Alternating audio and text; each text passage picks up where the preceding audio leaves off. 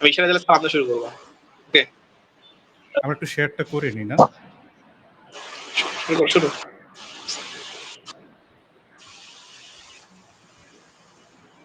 Live আসছে, শুরু করো। Assalamu alaikum everyone. Welcome to our today's special session organized by Sarsec Science and Research Club BTech. The greatest threat to our planet is the belief that becomes will save.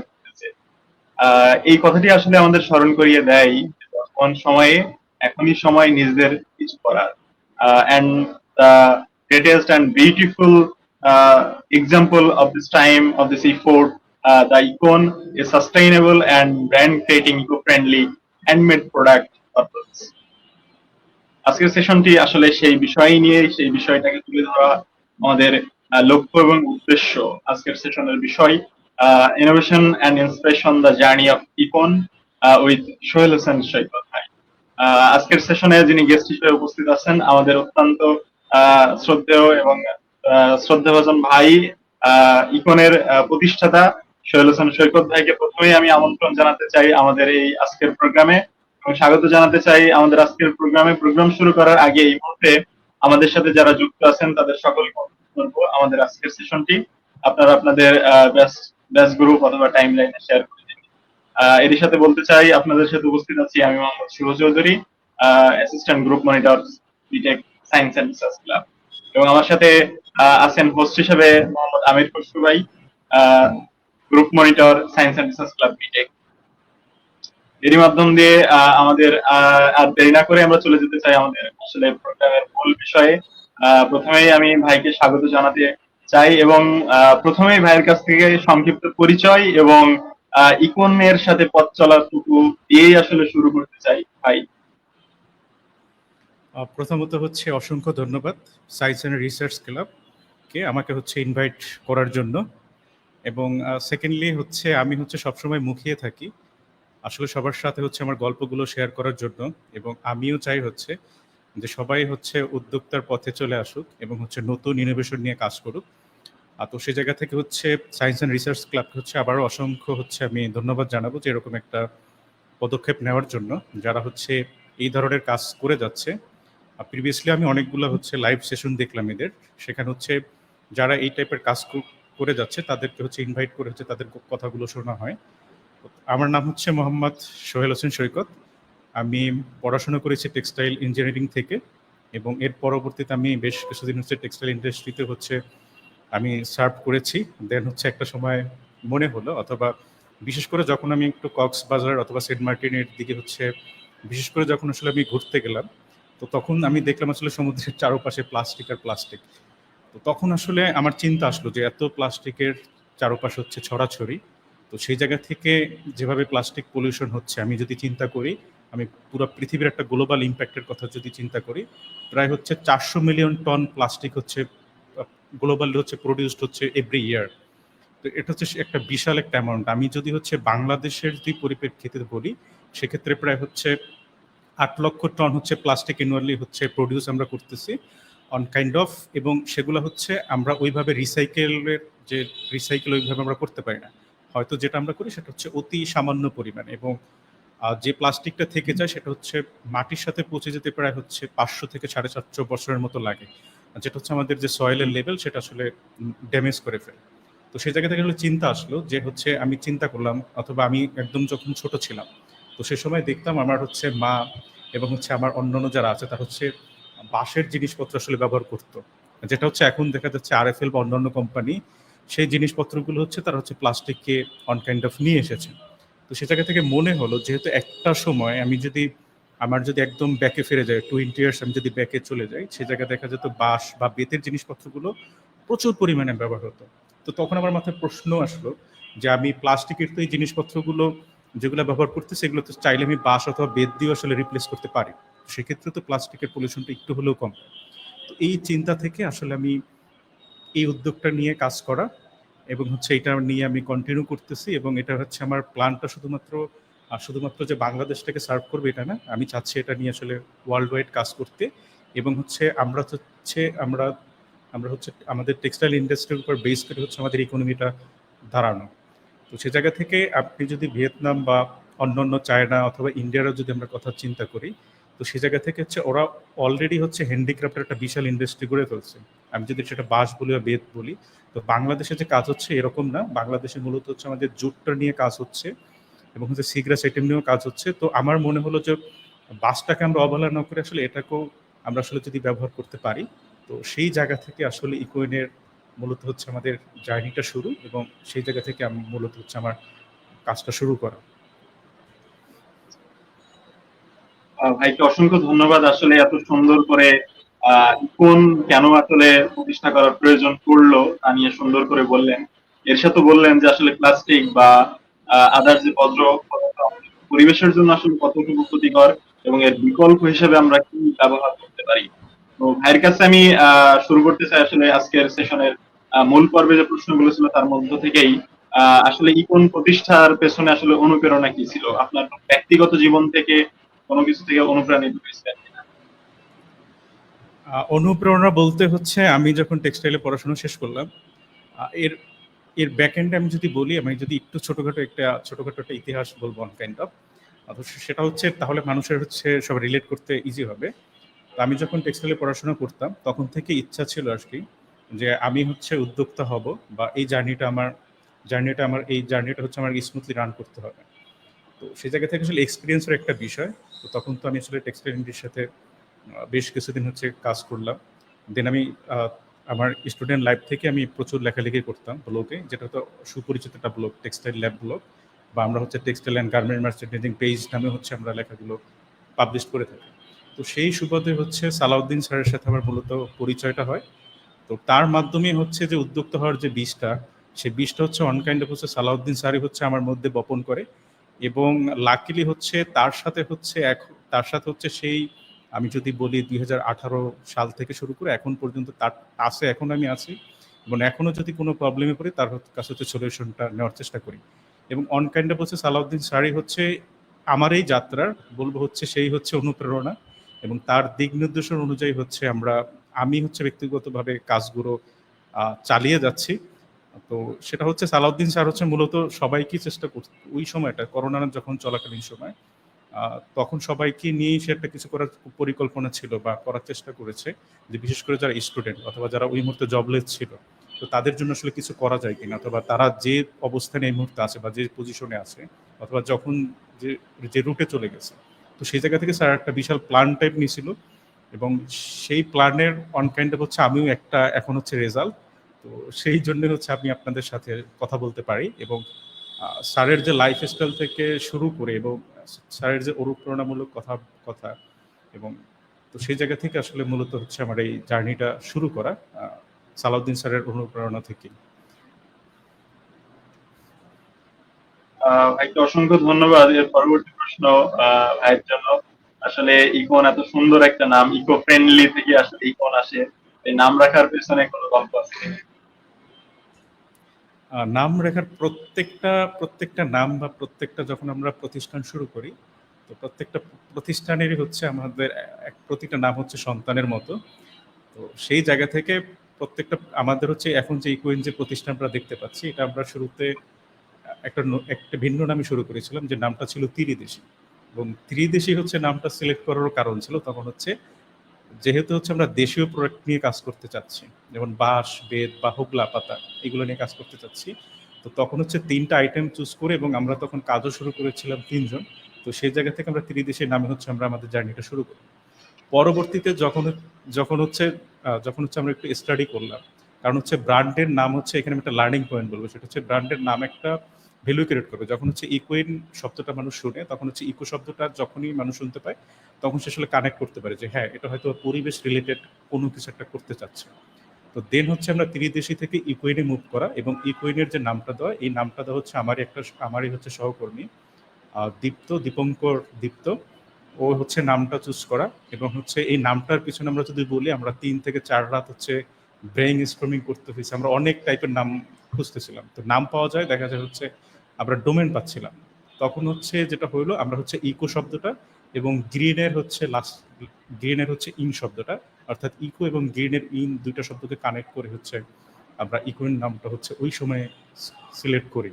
মোটামুটি বিশাল একটা কর্মযজ্ঞের মধ্যে দিয়ে তো নামটা আমরা সিলেক্ট করি তখন।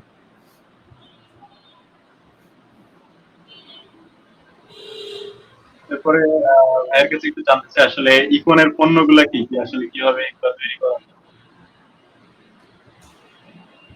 এইখানে মূলত হচ্ছে এই মুহূর্তে যেটা ইকোইনের পণ্য হচ্ছে, আমরা মূলত হচ্ছে যেটা প্রথম দিকেই বললাম সেটা হচ্ছে আমরা প্লাস্টিকটাকে হচ্ছে রিপ্লেস করতে চাচ্ছিলাম।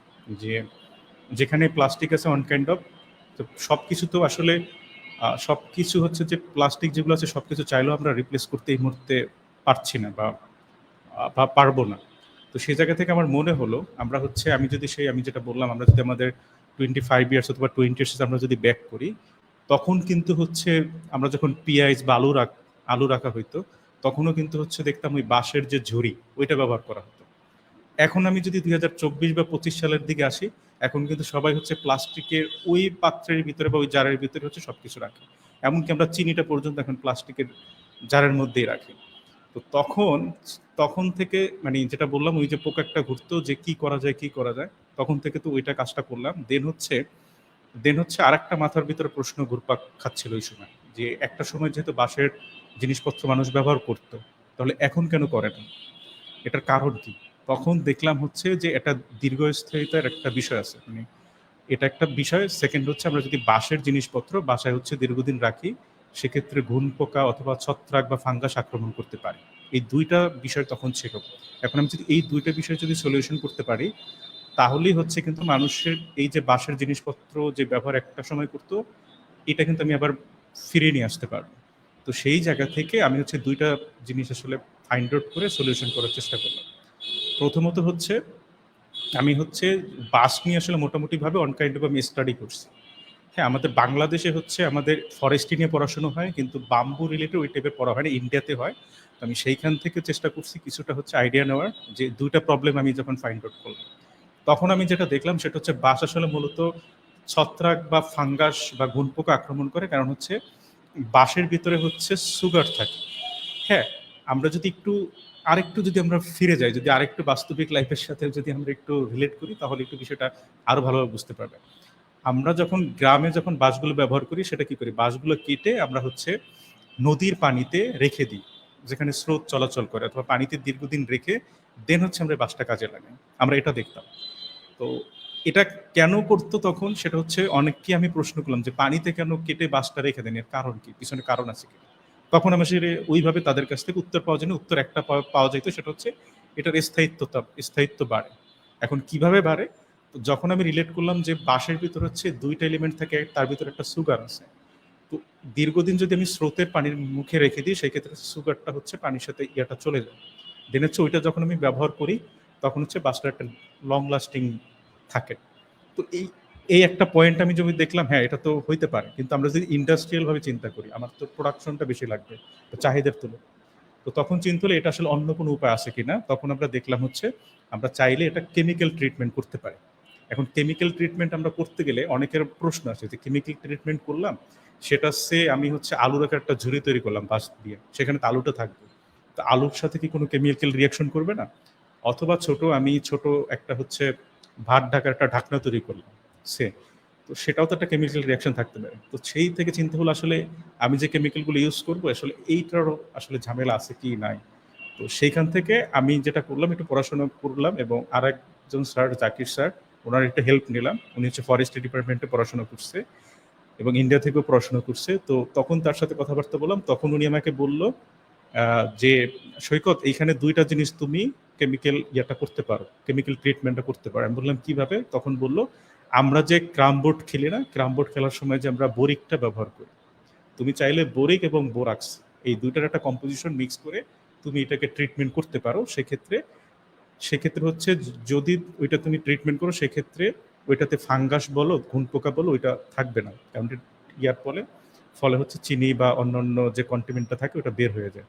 তো তখন ওইটা দেখলাম, দেখার সাথে সাথে আমি ওই কাজটা নিয়ে শুরু করলাম। তখন দেখা গেল কি, আমি একটা বাঁশের জিনিস যখন আমি তৈরি করতেছি, তখন প্রিভিয়াসলি আমি যদি তৈরি করতাম, তৈরি করার পরে আমি যদি কাস্টমারকে দিতাম, সে হয়তো সেটা 6 থেকে 1 বছর ব্যবহার করতে পারতো।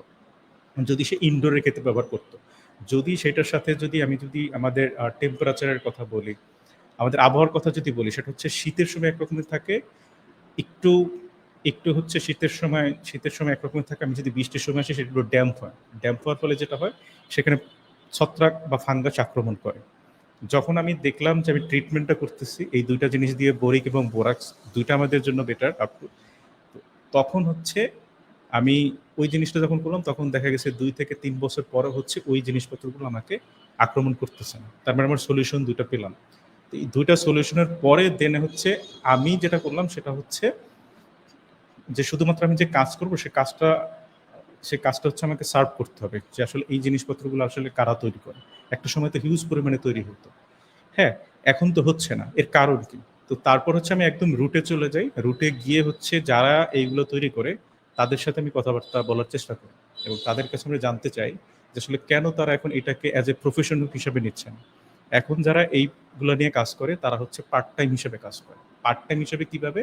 তারা হচ্ছে কোনো একটা জায়গায় তারা দৈনিক ৫০০ থেকে ৬০০ টাকা তারা দৈনিক একটা মজুরি নিয়ে তারা কাজ করে। কাজ করার পরে তাদের যে অবসর সময়টুকু থাকে, সে অবসর সময়ে হচ্ছে তারা এই কাজগুলো করে। তো তখন আমি বললাম, আসলে আপনারা কেন এটাকে ফুল টাইম হিসেবে নিতে পারেন না, বা নিলে প্রবলেমটা কি? তখন বলল, আমরা একটা সময় এটা ফুল টাইমে ছিলাম, আমাদের বাবা দাদা তারা এটা একটা সময় ফুল টাইমই ছিল, কিন্তু এখন হচ্ছে কাজের ওইভাবে চাহিদা পাচ্ছি না বা হচ্ছে না। তখন আমি তাদেরকে বললাম, আমি যদি আপনাদেরকে ফুল টাইম কাজ করাতে পারি তাহলে কি এই পেশাটার সাথে আবার আপনারা কানেক্টেড হবেন কিনা? তখন বললে, হ্যাঁ অবশ্যই, যদি আমরা এরকম সুযোগ সুবিধা পাই তাহলে তো অবশ্যই আমরা কাজটা করবো। অথবা আরো একটা এখানে যে বিষয়টা ছিল, বিশেষ করে আমি টাঙ্গাইলে যখন আসলে ভিজিট করতে যাই, তখন হচ্ছে এই প্রোডাক্টগুলো যারা তৈরি করে বা যাদের হাত থেকে এই প্রোডাক্টগুলো আসে, তাদের যে একটা আইডেন্টিটি, সেই আইডেন্টিটি আসলে থাকে না, যে এটার আর্টিস্ট কে। আমি তাদেরকে ওয়ার্কার হিসেবে বলি না, তারা হচ্ছে আর্টিস্ট। এটা হচ্ছে যেহেতু হ্যান্ডমেড, তারা ওটা শুধুমাত্র হাতে তৈরি এরকম না, সেটা ভালোবাসা নিয়ে হচ্ছে তারা তৈরি করে। তো তাদের কাছে যখন তাদের সেই আইডেন্টিটি হচ্ছে সবার কাছে প্রকাশ করা হয় না, যে এই প্রোডাক্টটার পিছনে এই মানুষটার হাতের ছোঁয়াটা আছে। তো আমি তাদেরকে বললাম, আপনি হচ্ছে আমার জন্য কাজ করবেন বা আমাদের ব্র্যান্ডের জন্য কাজ করবেন, এবং আপনাদের যে আইডেন্টিটি, শুধুমাত্র সেটা আমি বাংলাদেশ ব্যাপী না, আমি পুরো পৃথিবী ব্যাপী আপনি ছড়াই দিতে চাই, যে এই মানুষদের হাত থেকে তৈরি হয়ে এই প্রোডাক্টগুলো হচ্ছে প্রত্যেকের কাছে পৌঁছে যাচ্ছে। তো এইখানে যেটা হয়েছে, এখানে যে বিষয়টা হচ্ছে, আমি থার্ড যেটা পয়েন্টটা বলবো সেটা হচ্ছে, পিছিয়ে পড়া যে জনগোষ্ঠী ছিল, যারা হচ্ছে আমি যে একটা ডকুমেন্টারি টাইপ করেছিলাম, সেই ডকুমেন্টারিটা হচ্ছে আমি শেয়ার করব।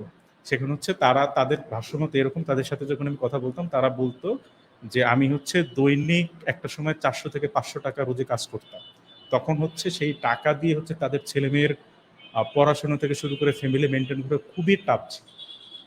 এখন যখন আমি তাদেরকে হচ্ছে আমি আমার কাজগুলোর সাথে, অর্থাৎ তারা যে ওল্ড ট্র্যাডিশনটা ছিল বা তাদের ফ্যামিলি যে ট্র্যাডিশনটা ছিল, যে পাশ শিল্প নিয়ে কাজ করতো, আমি যখন তাদেরকে আবার ওই জায়গাগুলোতে ব্যাক করালাম, একইভাবে তারা স্বাচ্ছন্দ্যে কাজ করতে পারতেছে, এবং সেই জায়গা থেকে তাদের যে প্রতিদিনের যে আয়টা ৫০০-৬০০, সেটা হয়ে গেল দ্বিগুণ বা তিনগুণ, এবং তারা খুব ভালোভাবে তাদের হচ্ছে লাইফটাকে লিড করতে পারতেছে, তাদের ছেলে মেয়েদেরকে পড়াশোনা করাতে পারতেছে।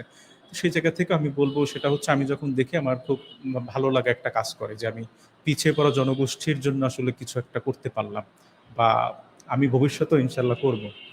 এই তো মোটামুটি ছিল আর কি আমার হচ্ছে গল্প, যতটুকু ছিল। ধন্যবাদ থেকে পরবর্তী প্রশ্ন ভাইয়ের কাছে এটা জানা ছিল, আমরা তো মনে করেন যে হস্তশিল্প বা নিজে তৈরি করতে গেলে অনেক জিনিস তৈরি করার সাথে সাথে মানে সামাজিক জীবন তো একটা থাকেই, এর সাথে সাথে আসলে কি চ্যালেঞ্জ গুলো প্রোডাকশন থেকে শুরু করে আসলে এগুলা মার্কেট কিভাবে ফেলে? ওকে, ফাইন।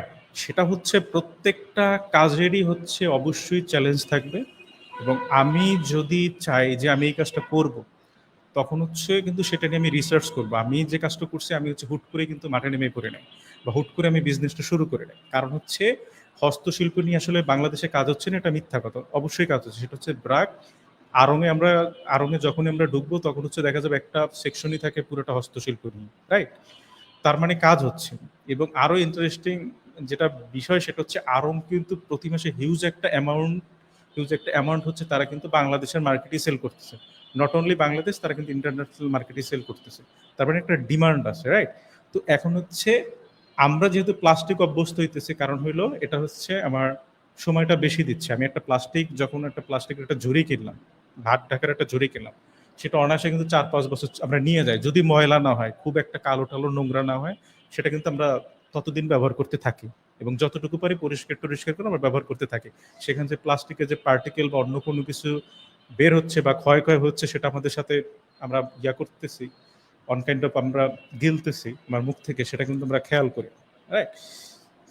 সেই জায়গা থেকে আমার যেটা হয়েছে যে মার্কেটটা যেহেতু নতুন, তো আমার যে কাজটা চ্যালেঞ্জিং ছিল সেটা হচ্ছে মার্কেটটার সাথে হচ্ছে আমি যে প্রোডাক্টগুলো তৈরি করতেছি সেটা হচ্ছে তাদের সাথে আমি কিভাবে কমিউনিকেশনটা করব বা ইন্ট্রোডিউসিং পার্টটা আমি কিভাবে করব, এটা ছিল আমার প্রথম চ্যালেঞ্জ। যখন অন কাইন্ড অফ আমি বাঁশের ল্যাম্পগুলো তৈরি করলাম, তখন হচ্ছে মানুষ ল্যাম্পগুলোর শেপ দেখা, যেহেতু হচ্ছে এগুলো একটা ট্র্যাডিশন ছিল, আমি যদি 20-30 বছর পুরনো চলে যায়, তখন বলতেছে এটা কি জিনিস, এটা ধরে এটা দিয়ে কি মাছ ধরে মানুষ? হ্যাঁ, তার মানে হচ্ছে তাদের কাছ থেকে প্রশ্ন আসতেছিল যে এটা দিয়ে কি মাছ ধরে, যেটা ল্যাম্প শেপটা দেখতে পেলাম, বা এটা দিয়ে আসলে কি করে, এটা দিয়ে কি মুরগি ঢাইকা রাখে, এরকম। তার মানে আমি বুঝতে পারলাম, আমি যখন মার্কেটে আসলাম, তার মানে একটা কমিউনিকেশনের গ্যাপটা ছিল, যেটা দিয়ে মাছ ধরে, এটা দিয়ে মুরগি ডাকতে পারে, বা এটা দিয়ে কি করে, বা এটা তোমরা কি করতে চাইতেছো। তখন যেটা হলো, তার মানে বুঝলাম আমাকে ওইভাবে কমিউনিকেশন করলে চলবে না, ডিরেক্টলি কমিউনিকেশন করলে চলবে না, আমাকে তাকে হচ্ছে এটাকে হচ্ছে আমাকে লাইফস্টাইল টাইপ, আমি বলবো এটাকে লাইফস্টাইল টাইপ ব্র্যান্ড, কারণ হচ্ছে আমার জীবনযাপনের সাথে এটাকে আমি ব্যবহার করব, ব্যবহার করে দেন হচ্ছে তাদেরকে দেখাইতে হবে যে এইটা এইভাবে ব্যবহার করি, এইভাবে করলে হচ্ছে আমার এতটুকু চেঞ্জেস আসতেছে। তখন আমি যেটা করলাম সেটা হচ্ছে, বিশেষ করে যারা হচ্ছে হোম ডেকোর আইটেম নিয়ে যারা হচ্ছে রিভিউ দেয়, অথবা হোম ডেকোর আইটেম নিয়ে যারা মূলত কাজ কারবার করে, তো তাদের সাথে হচ্ছে আমি একটা মোটামুটি কমিউনিকেশন করে তাদেরকে বললাম যে আমার এই টাইপের প্রোডাক্ট আছে, আপনি চাইলে এগুলো হচ্ছে আপনার এখানে যে কাজটা করতে হবে সেটা হচ্ছে আমরা ডে টু ডে লাইফে যেভাবে হচ্ছে আমরা এটা ব্যবহার করি, সেটা একটা গহনার বক্স হইতে পারে বাঁশের তৈরি, সেটা একটা ঢাকনা হইতে পারে, বা সেটা আদার্স অন্য কিছু হইতে পারে, সেটা হইতে পারে যেটা আমরা এখন যেটা করি স্টিলের, যে রান্না করার জন্য স্টিলের যে নাড়ানিটা ব্যবহার করি, এটাও তো আমরা বাঁশ দিয়ে তৈরি করি, এটা তো একটা সময় ছিল, রাইট? তো তখন হচ্ছে আমরা হচ্ছে এইগুলো ভিডিও মেক করা শুরু করলাম, এবং ভিডিও মেক করে হচ্ছে তাদের কাছে যখন আমরা দেখানোটা শুরু করলাম, এবং সেই সাথে তাদেরকে আমরা একটা মেসেজ দেওয়ার চেষ্টা করলাম যে প্লাস্টিকটা হচ্ছে, যে মাটির প্লাস্টিক আমরা যখন ব্যবহার করি, সেটা হচ্ছে দীর্ঘদিনে যখন আমরা ব্যবহার করি, সেটা হচ্ছে একটা সময় ছোট ছোট পার্টস পার্টস ছোট ছোট টুকরা টুকরা হয়ে সেটা কিন্তু আমরা একটা সময় আমরা খেয়ে ফেলি নিজেদের অজান্তে, আমরা হয়তোবা বুঝি না, সেটা নিঃশ্বাসের সাথে আমরা প্রতিনিয়ত নিচ্ছি। আমরা যে এখানে যে দুইটা কাজ করছি, প্রথম যে কাজটা করছি সেটা হচ্ছে আমরা কি কাজে ব্যবহার করতেছি, আমাদের লাইফ স্টাইলটা কতটুকু চেঞ্জ হচ্ছে, এটা এই বিষয়টা তাদেরকে হচ্ছে আমরা বোঝানোর চেষ্টা করছি। এবং সেকেন্ড যেটা চেষ্টা করছি সেটা হচ্ছে তাদের যে হেলথ ইস্যু যেটা হচ্ছে, এই দুইটা ইস্যুকে নিয়ে আমরা একটা জায়গায় কানেক্ট করে দেন হচ্ছে তাদেরকে আমরা মেসেজটা হচ্ছে সবার কাছে পৌঁছে দেওয়ার একটা আমরা চেষ্টা করছি। এইভাবে হচ্ছে আমরা মূলত চেষ্টা করছি সে জায়গা থেকে, যে একটা সময় বলা হইতো এটাকে মাছ ধরে, বা এটা দিয়ে তোমরা কি করবা, না এটা ঝাড়ু টাইপ, বা এটা কি করতেছো। তো ওই কমিউনিকেশনটা যখন আমরা মানুষদেরকে বোঝানো শুরু করলাম, তখন হচ্ছে তারা এই যে ধারণাটা ছিল সেই ধারণাটা থেকে বের হয়েছে। এখন আমাকে যদি প্রশ্ন করা হয়, সেটা হচ্ছে যে এটা কি বিশাল একটা পরিবর্তন হয়েছে, বা সবার সাথে আমরা কি এখন পর্যন্ত ওই রুট পর্যন্ত কানেক্ট করতে পারছি? প্রশ্ন উত্তর হচ্ছে না, এখনো আমরা সবাইকেই হচ্ছে অ্যাওয়ার করতে পারি না। এখন আমরা বলবো ইনিশিয়াল একটা যাত্রায়, এই যাত্রায় শুধুমাত্র আমাদের মতন 5 বা 7 জন উদ্যোক্তা আসলে চলবে না। এবং বাংলাদেশের আমি যদি কথা বলি 18-20 কোটি মানুষ আমরা আছি, সেখানে যদি 1%-এর কথা বলি, সেই 1% মানুষদেরকে টার্গেট নিয়ে কাজ করা আমার জন্য খুবই কষ্টসাধ্য। সেটা কিন্তু হিউজ একটা সংখ্যা আসবে আমি যদি 1%-এর কথা বলি। আমার জায়গা থেকে যতটুকু সম্ভব ততটুকু মানুষদেরকে আমি অ্যাওয়ার করতেছি। আমি নট অনলি যে প্রোডাক্ট সেল করতেছি বিষয়টা এরকম না, আমি প্রোডাক্ট সেল করার সাথে সাথে তাদেরকে হচ্ছে আমি হচ্ছে অ্যাওয়ার করতেছি যে প্লাস্টিকটা আমাদের আসলে কতটুকু ক্ষতি করতেছে, অথবা আমার হাতের কাছে যে আমাদের যে ম্যাটেরিয়ালসগুলো আছে সেগুলো আমরা চাইলে ব্যবহার করে কিভাবে আরও একটা বেস্ট আউটপুট নিয়ে আসতে পারি, সেটা আমরা অ্যাওয়ার করে যাচ্ছি ডে বাই ডে, এবং আমাদের এই যাত্রাটা চলতে থাকবে।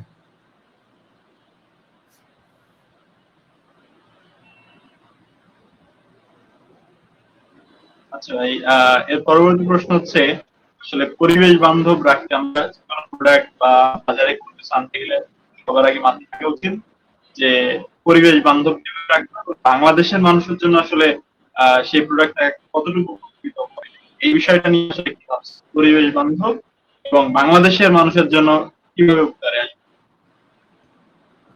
ওকে ওকে ফাইন। এইখানে যে বিষয়টা কাজ করে, যেহেতু আমরা হচ্ছে যে ম্যাটেরিয়ালসগুলোকে নিয়ে কাজ করি, আমি যদি পরিবেশ বান্ধবের ক্ষেত্রে বলি বাঁশ, তারপরে আমি যদি পাট জুট যেটা বলি, জুট নিয়ে ওয়ার্ল্ড ওয়াইড কাজ হচ্ছে, আমি যদি বেত বলি, বা আমি যদি হোগলা পাতা যেটাকে বলি, আমি যদি আমাদের যে কচুরিপানাটাকে বলি, সেটা নিয়েও কিন্তু আমরা কাজ শুরু করছি। কচুরিপানা, হ্যাঁ, কচুরিপানা নিয়ে আমি যদি একটু বলি, যেটাকে আমরা অন কাইন্ড অফ টগর ফুল টাইপ দেখি, হ্যাঁ, কচুরিপানাটা যেটা হয়, যদি আমরা যদি বিশেষ করে জমির ক্ষেতে বা পানিতে যখন কচুরিপানাগুলো থাকে, ওই কচুরিপানাগুলো থাকার কারণে সেখানে কিন্তু সূর্যের আলোটা ঢুকতে পারে না পানির সাথে। যদি না ঢুকতে পারে সেক্ষেত্রে কিন্তু পানির নিচে যে প্রাণী থাকে, মাছ থেকে শুরু করে অন্যান্য যা কিছু থাকে, তার কিন্তু বিশাল একটা পরিবর্তন হয়ে যায়। কারণ হচ্ছে সেখান থেকে সে সূর্যের আলোটা নিতে পাইতেছে না, ক্লোরোফিলের বিষয় বা আলোর অন্যান্য টাইপের যে বিষয়গুলো ইস্যু থাকে।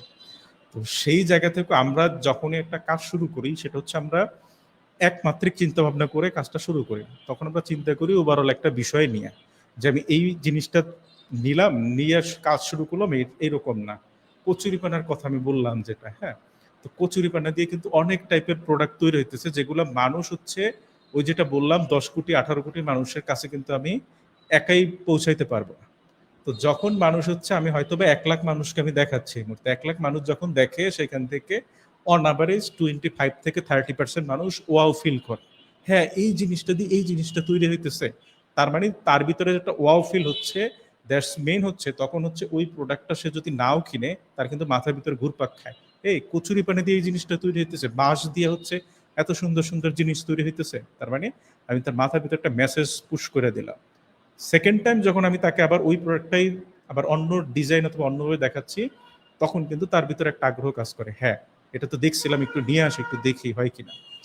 তো এইভাবে আমরা একটা মেসেজটা তাকে দিচ্ছি। এখন এইখানে যেটা হবে, আমি প্লাস্টিক কিন্তু খুব কম মূল্য পাচ্ছি। এখন আমি যেহেতু এটা হাতে তৈরি করতেছি, আমি এখানে মেশিনারিজ কোনো কিছু নাই, তার মানে আমি যে জিনিসটা তৈরি করতেছি এটা একটু প্রাইসিংটা মোটামুটি একটু বেশি থাকে প্লাস্টিকের তুলনায়।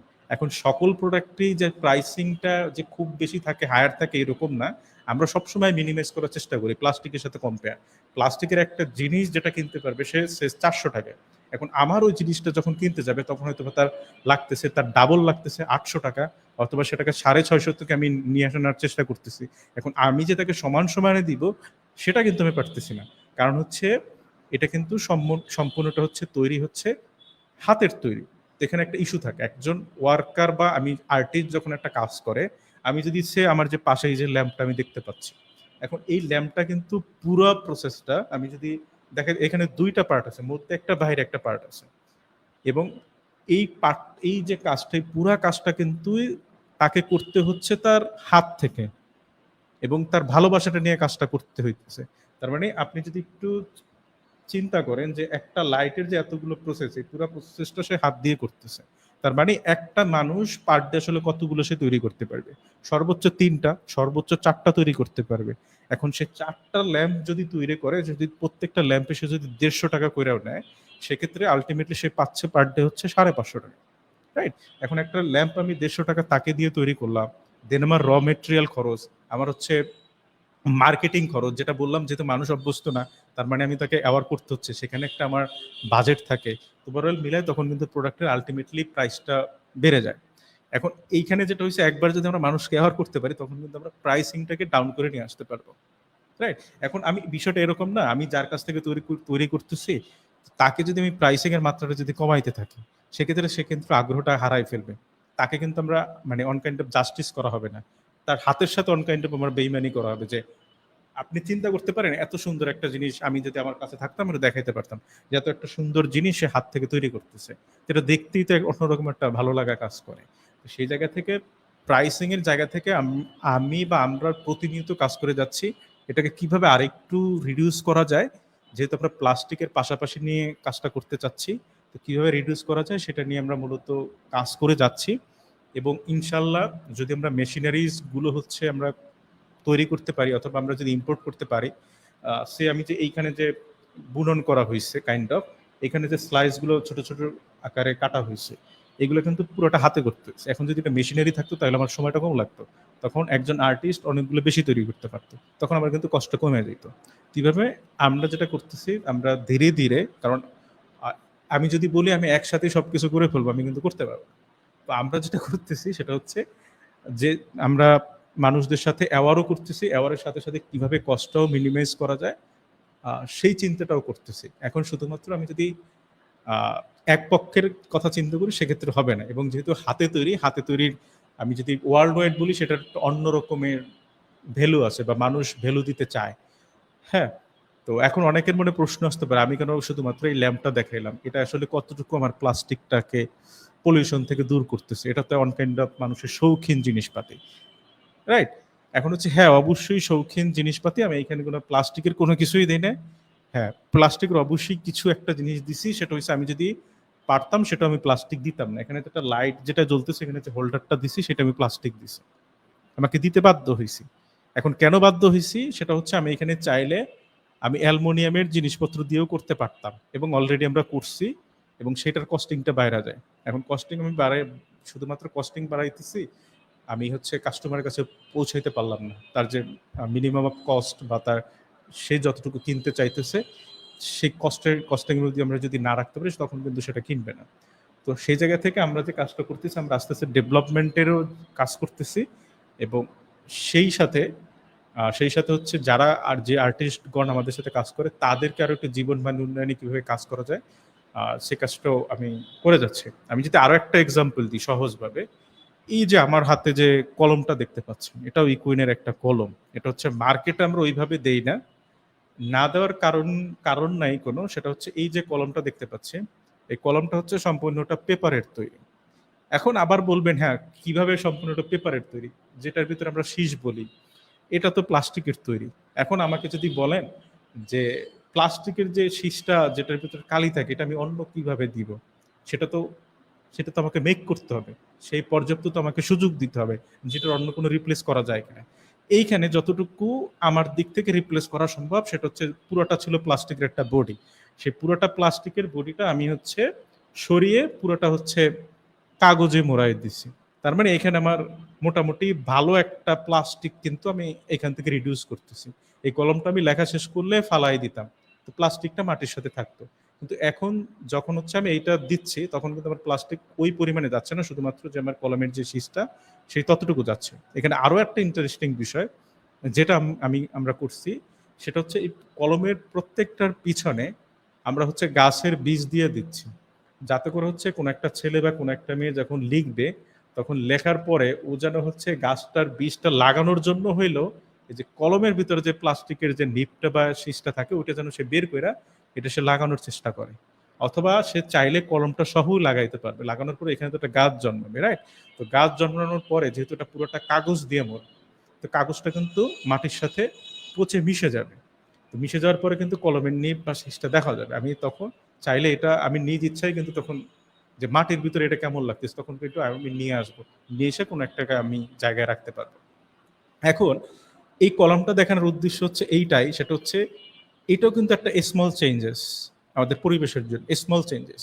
আমরা যদি প্লাস্টিকের কলম পরিবর্তে আমরা যদি কাগজের কলম দিয়ে লেখা শুরু করি, আপনি চিন্তা করতে পারবেন যে কি পরিমাণে আমরা প্লাস্টিকটার যে পলিউশনটা সেটাকে রোধ করতেছি এবং কি পরিমাণে প্লাস্টিক আমরা ব্যবহার না করে থাকতে পারতেছি। এটা সিম্পল কথা।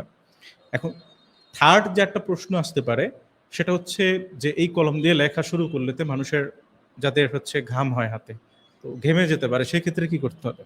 এখন এটারও কিন্তু সলিউশন আছে। সলিউশন যে নাই এরকম না, সেটারও কিন্তু সলিউশন আছে। হ্যাঁ, যেহেতু আমরা টেক্সটাইল সেক্টরের মানুষজন আমরা জানি যে ওয়াটার থেকে বা পানি থেকে কিভাবে আমার দূরে রাখতে হবে সেই জিনিসপত্র আমরা কিন্তু জানি, সেটাও কিন্তু প্রাকৃতিকভাবে সম্ভব। তো আমি হচ্ছে একটা ছোটখাটো একটা এক্সাম্পল আপনাদেরকে দিলাম যে এই যে ছোট একটা চেঞ্জেস, এই ছোট একটা চেঞ্জেসে হয়তো মনে হইতে পারে একটা ছোট চেঞ্জ, কিন্তু আপনি যদি ওভারঅল চিন্তা করেন, আমার যদি পুরো বাংলাদেশে পার ডে আমি যদি 1 কোটি বা 1 কোটি বাদ দিলাম সংখ্যাটা আমি ছোট করি, 1 লাখ কলম আমি প্রতিদিন মাটিতে ফালাই দিচ্ছি।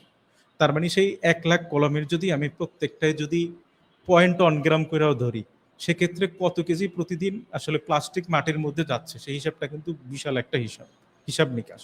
তো সে জায়গা থেকে তো আমি আপনাদেরকে ইয়া করে দিচ্ছি, রাইট? তো এই কলমটা যেহেতু আমরা কিছু কলম হচ্ছে আমরা মার্কেট হচ্ছে সার্ভের জন্য আমরা ছেড়ে দিছি এবং সেগুলো সবাই ইউজ করতেছে এবং তাদের আমরা ফিডব্যাক নিচ্ছি। এবং আরো যে কাজটা করি আমি সেটা হচ্ছে এই কলমটা আমার তৈরি করতে হচ্ছে যদি ৬ টাকা বা ৬.৫ টাকা যায়, তখন আমাকে সেটা ৭-১০ টাকায় বিক্রি করতে হয়। তো মানুষ তখন ভাবে একটা কাগজের কলম কিনবো ১০ টাকা দিয়া। তো এই জায়গা থেকে দেখেন আমরা যে কাজটা করতেছি, যখন একটা প্রোডাক্ট নট অনলি লাইট, বাঁশ বা বেতের যে কোনো আইটেমই যখন আমার কাছ থেকে কোনো একজন মানুষ কিনতেছে, তখন আমি তাকে ফ্রি অফ কস্টে এটা হচ্ছে আমি তাকে গিফট হিসাবে দিচ্ছি। বিকজ অফ সেই কলমটা দিয়ে লিখবে, তাকে আমি অভ্যস্ত করার চেষ্টা করতেছি যাতে করে সে পরবর্তীতে এই কলমটা সে খুঁজে, এবং সেই সাথে তাকে আমরা একটা ছোট খামে করে একটা মেসেজ দেওয়ার চেষ্টা করি যে এই কলমটা যখন সে ব্যবহার করবে তখন আসলে পরিবেশটার সাথে সে কতটুকু জাস্টিফাই করতেছে, আর এই কলমটা যখন সে ব্যবহার না করবে তখন সে পরিবেশের সাথে কি করতেছে, আমরা ছোটখাটো একটা তাকে মেসেজ দেওয়ার চেষ্টা করি। শুধুমাত্র আমরা এখানেই শেষ করি না, আমার প্রতিটা প্রোডাক্টের সাথে সাথে ওই যেটা বললাম ছোট একটা খাম থাকে, সেই খামের ভিতরে আমি গাছের বীজ দিয়ে দিই ৫টা করে গাছের বীজ দিয়ে দিই, সেটা যে কোনো গাছ হইতে পারে। তো এইখানে যে কাজটা হয় সেই মানুষ হচ্ছে, আমরা এখন যেটা হয়েছে আমরা সবাই চাই আমরা গাছ কাটবো, গাছ কেটে কেটে জায়গা জমি পরিষ্কার করে বিল্ডিং উঠাবো। তো ছোটবেলা থেকে দেখতাম যখন একটা গাছের বীজ হচ্ছে আমাকে নিয়ে এসে দিত, তখন চিন্তা করতাম যে একটা বীজ পাইলাম, এই বীজটাকে আমি দাঁতে খুঁটে খুঁটে ফালাই দিব না একদম ময়লার মতন ফেলে দিব, লেখা শেষ ফেলে দিলাম, রাইট? তখন বীজ দেখলেও কিন্তু মানুষের মনে একটা মায়া কাজ করে যে হ্যাঁ বীজ পাঁচটা দেখলাম, আমার একটা ফুলের টব আছে আমি একটু লাগাই দেখি না কি হয়। তো ওই জায়গা থেকে অনকাইন্ড অফ মানুষকে মোটিভেট করার জন্য আমরা প্রত্যেকটা প্রোডাক্টের সাথে এরকম একটা কলম দিচ্ছি এই মুহূর্তে, সেই সাথে 5টা বীজ করে দিচ্ছি যাতে করে সে গাছ লাগানোর যে একটা টেন্ডেন্সি থেকে আমরা দূরে চলে আসছি সেই টেন্ডেন্সিটা যেন আবার আমরা ইন করতে পারি, বা অনকাইন্ড অফ আমরা এই কাজটা করে যাচ্ছি। তো শুধুমাত্র যে আমরা প্রোডাক্ট সেল করতেছি বিষয়টা এরকম না, সেই সাথে যেহেতু আমরা পরিবেশটাকে নিয়ে কাজ করতেছি বা পরিবেশটাকে নিয়ে আমরা চিন্তা করি, তো সেই জায়গা থেকে যতটুকু হচ্ছে আমার পক্ষে সম্ভব বা ইকুইনের পক্ষে সম্ভব মানুষকে অ্যাওয়ার করা, সেই জায়গা থেকে আমরা প্রতিনিয়ত কাজ করে যাচ্ছি।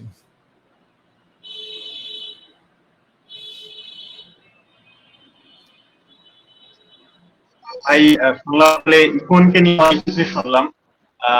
এরপরে আসলে আরেকটু জানতে চাই যে এত বড় পথ চলা, ইকোনকে প্রতিষ্ঠা করা এবং পরিবেশ বান্ধব এমন একটা সুন্দর উদ্যোগ, নতুন আমরা যারা আছি এই নিয়ে যারা চিন্তা ভাবনা করতে চাই এখন, নতুন এন্টারপ্রেনার, তাদের জন্য আসলে আপনার পরামর্শ কি? আচ্ছা, পরামর্শ যেটা আমার থাকবে সেটা হচ্ছে, আমি যদি মনে পোষণ করি যে আমি উদ্যোক্তা হব বা কোনো একটা আইডিয়া নিয়ে আমি কাজ করব, সেটা হচ্ছে চিন্তা করলেই হবে না। আমরা যদি আকিজ গ্রুপের কথা চিন্তা করি, আমি যদি 100 বছর পূর্বের কথা চিন্তা করি, সে 100 বছর পূর্বের যে বিজনেস পলিসি ছিল, বা আমি 2025 সালে এসে যদি বলি দুইটাই হচ্ছে সেম, সেটা একটা বিশাল বড় মিথ্যা কথা হবে। তো এখন বর্তমানে বিজনেসটা হচ্ছে অনকাইন্ড অফ যুদ্ধক্ষেত্রের মতো। প্রাচীনকালের যদি চিন্তা করি তখন যুদ্ধ করতো তলোয়ার নিয়ে সেই তলোয়ার এবং ঘোড়াটোরা নিয়ে যুদ্ধ করতো, রাইট? আর এখন কিন্তু ভাই যুদ্ধ করার জন্য কিন্তু যেসব মানে জিনিসপত্র তৈরি হয়েছে তা কিন্তু অবাক আমরা। তার মানে এইখান থেকে আমি এক্সাম্পলটার মাধ্যমে যেটা বোঝানোর চেষ্টা করলাম সেটা হচ্ছে, আমার শুধু মনের ভিতরে বাসনা করলেই চলবে না, আমি উদ্যোক্তা হব। সেই জায়গা থেকে আমি যদি একটা টেক্সটাইলে মার্চেন্ডাইজিং আমি যদি জবও নিতে চাই, সেক্ষেত্রে আমাকে কিন্তু স্কিলটাকে ওই পর্যায়ে নিয়ে যাইতে হবে, সফট স্কিল হোক বা হার্ড স্কিল হোক। তো সেই জায়গাগুলোতে আমি যদি পৌঁছাইতে চাই, সেক্ষেত্রে আমাকে কিন্তু লিস্ট আকারে মাইক্রোসফট পাওয়ার পয়েন্ট শিখতে হবে, আমার কমিউনিকেশন স্কিল ভালো লাগবে, হ্যাঁ আমার নেগোসিয়েশন স্কিল ভালো লাগবে, আমার ইংলিশটা ভালো পারতে হবে।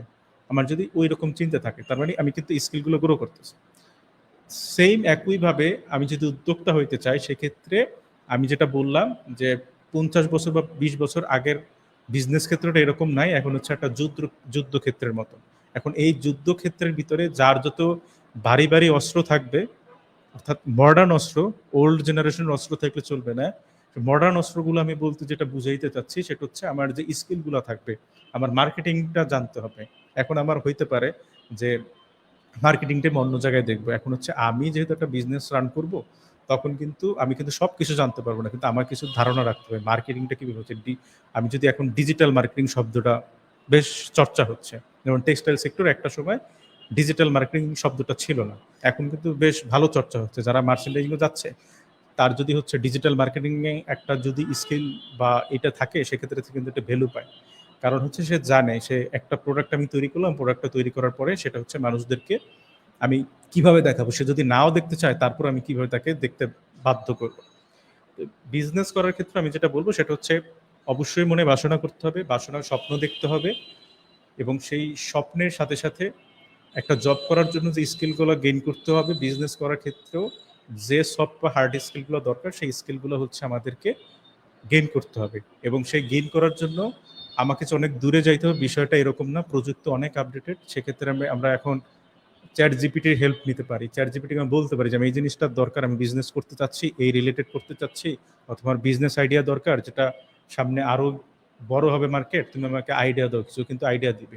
সে আইডিয়া দেওয়ার পর ওরা আমি এবার জিজ্ঞেস করতে পারি অন কাইন্ড অফ যে এইটা যদি আমি করতে চাই, যে আমি অ্যাজ এ ফান্ড করতে চাইতেছি, ফান্ডার হইতে চাইতেছি, এইখানে আসলে কোন কোন জিনিসপত্রগুলো আমি শিখতে হবে, ও কিন্তু আমাকে গাইডলাইন দিয়ে দিচ্ছে। দেন আমি গিয়ে হচ্ছে ইউটিউবে সার্চ করতে পারি, এবং হচ্ছে কোর্সেরা থেকে শুরু করে অন্যান্য যে প্ল্যাটফর্মগুলো আছে সেই প্ল্যাটফর্মগুলোতে আমি শর্ট টাইপের কোর্সগুলো করে নিতে পারি। এইভাবে আমরা চাইলে স্কিলগুলো আসলে ডেভেলপ করতে পারি। এবং এবং সেই সাথে যেটা বলবো সেটা হচ্ছে যে বিজনেস করতে গেলে অনেকেই বলে যে টাকা পয়সার দরকার হয় না। আমি বলবো হ্যাঁ, অবশ্যই টাকা পয়সার দরকার হয়। আবার আমি বলবো কিছু কিছু, আমি যদি এখন সে একটা সার্ভিস বিক্রি করি, এখন সার্ভিস বিক্রি করতে কি টাকা লাগবে না? হ্যাঁ, টাকা লাগবে। কিভাবে টাকা লাগবে? আমি যে একটা সার্ভিস তৈরি করলাম সেই সার্ভিসটা কিন্তু মানুষের কাছে পৌঁছাইতে হবে। পৌঁছাইতে হলে কি করতে হবে? সেটাকে আমাকে মার্কেটিং করতে হবে। মার্কেটিং করে সেটাকে আমাকে সেল করতে হবে, রাইট? তো এখানে একটা টাকা পয়সারও বিষয় আছে। তার মানে অনেক টাকা পয়সা, বিষয়টা কিন্তু এরকম না। সেটা একটা minimum amount on kind of. সেই জায়গা থেকে যদি ইচ্ছা থাকে সেই থেকে বলবো যে আমরা এখন যে অবস্থা আছে আমরা হয়তো বা ক্ষুদ্র ক্ষুদ্র টাকা পয়সা জমাইতে পারি। সেটা মিনিমাম অ্যামাউন্ট প্রতি মাসে ৫০০ টাকা করে জমাইলে অনেক কিছু। তো এই ৫০০ জমাইতে জমাইতে একটা সময় একটা স্কিল দরকার। আমি ডিজিটাল মার্কেটিং এর একটা পার্ট শিখলাম, ফেসবুক কেমনে মার্কেটিং করে সেটা শিখলাম, সেটা শিখেও কিন্তু টাকা পয়সা ইনকাম করতে পারি। দেন আমার যেটা করতে হবে যে হুট করে কোনো কিছুতে নামবো বিষয়টা এরকম না। স্কিল ডেভেলপ করার পাশাপাশি আমাকে মার্কেটটা নিয়ে রিসার্চ করতে হবে। মার্কেটটা কিন্তু বিশাল বড়। এবং আমি মাঝে মধ্যে যেটা বলি সেটা হচ্ছে কেউ যদি আইডিয়া নিতে চায় যে আমি একটা বিজনেস করতে চাইতেছি, একটা স্টার্টআপ খুলবো, তো আইডিয়া পাইতেছি না, খুঁজা। তো আমি সহজ কথা যেটা বলি সেটা হচ্ছে আইডিয়া যদি খুঁজে না পাই এই ডিজিটাল প্রযুক্তির দুনিয়াতেও, সেক্ষেত্রে যে কাজটা করতে হবে সেটা হচ্ছে আমাদের যে পাশের দেশ ইন্ডিয়া, সে ইন্ডিয়া যে স্টার্টআপগুলো হচ্ছে অথবা শার্ক ট্যাঙ্ক হচ্ছে বা ওদের একটু ঘাটাঘাটি করলে দেখবেন ওদের যে আইডিয়াগুলো ওরা এখন যেটা নিয়ে কাজ করতেছে ওইটা বাংলাদেশে মোটামুটি ৫ বছর পরে আমরা ইমপ্লিমেন্টেশনে চলে আসি। আমরা যদি 10 মিনিট স্কুলের কথা বলি, আমি যদি আজকে বাসের কথা বলি, ওরা কিন্তু এটা অনেক দিন আগে থেকে কাজ শুরু করছে। আমি কিন্তু সেটা শুরু করছি রিসেন্ট ২-৩ বছর ধরে। তার মানে আইডিয়া কিন্তু ওইসব জায়গা থেকে আমরা নিতে পারি, কারণ আমরা যতই বলি না কেন ওদের থেকে আমরা মোটামুটি পিছানো, আইডিয়া স্টার্টআপ থেকে শুরু করে অন্যান্য জায়গা থেকে। তো এখানে আমার যেটা পরামর্শ থাকবে যেটা সেটা হচ্ছে আমরা যেদিকেই যাইতে চাই না কেন সেটা হচ্ছে মাস্ট বি স্কিল আমাকে ডেভেলপ করতে হবে। আমি ইন্টারন্যাশনাল মার্কেটে কাজ করতে যদি চাই, আমি যদি বাংলা বলি, বাংলা কিন্তু আমার ইন্টারন্যাশনাল মার্কেটের ক্লায়েন্ট কিন্তু বুঝবে না, তাকে কিন্তু আমাকে তখন ইংলিশ বলতে হবে। দ্যাটস মিন আমি বুঝতেছি আমার ইংলিশটা ডেভেলপ করতে হবে। এখন আমি যদি আরও বুঝি, হ্যাঁ মার্কেটিংয়ের পার্টটা তো আমার বোঝা উচিত। এখন মার্কেটিং পার্টটা এই জন্য বোঝা উচিত, কেউ আমাকে একজন আমি মার্কেটার হায়ার করলাম, হায়ার করার পরে ও আমাকে যা বলতেছে আমি ওইটাই বুঝতেছি। এখন আমার যদি আইডিয়া না থাকে, ও যেটা বলবে আমি কিন্তু ওইটাই সারাদিন বুঝবো। তার মানে আমাকে আইডিয়াটা রাখতে হবে। এই জন্য আমি যেটা বলবো, আপনি যদি এন্টারপ্রেনার হইতে চান অথবা আপনি যে প্রফেশনে যেতে চান না কেন, ওই প্রফেশন রিলেটেড যে হার্ড স্কিল এবং সফট স্কিল যেগুলো দরকার সেগুলো আপনাকে হচ্ছে অন কাইন্ড অফ গেইন করতে হবে। সেটা আপনার হচ্ছে স্টুডেন্ট লাইফ থাকাকালীন সময়। এবং সেই সাথে যেটা বলবো সেটা হচ্ছে আপনি মার্কেট রিসার্চ করা তো এখন ইজি, খুব যে কঠিন কাজ তা না, খুবই ইজি কাজ।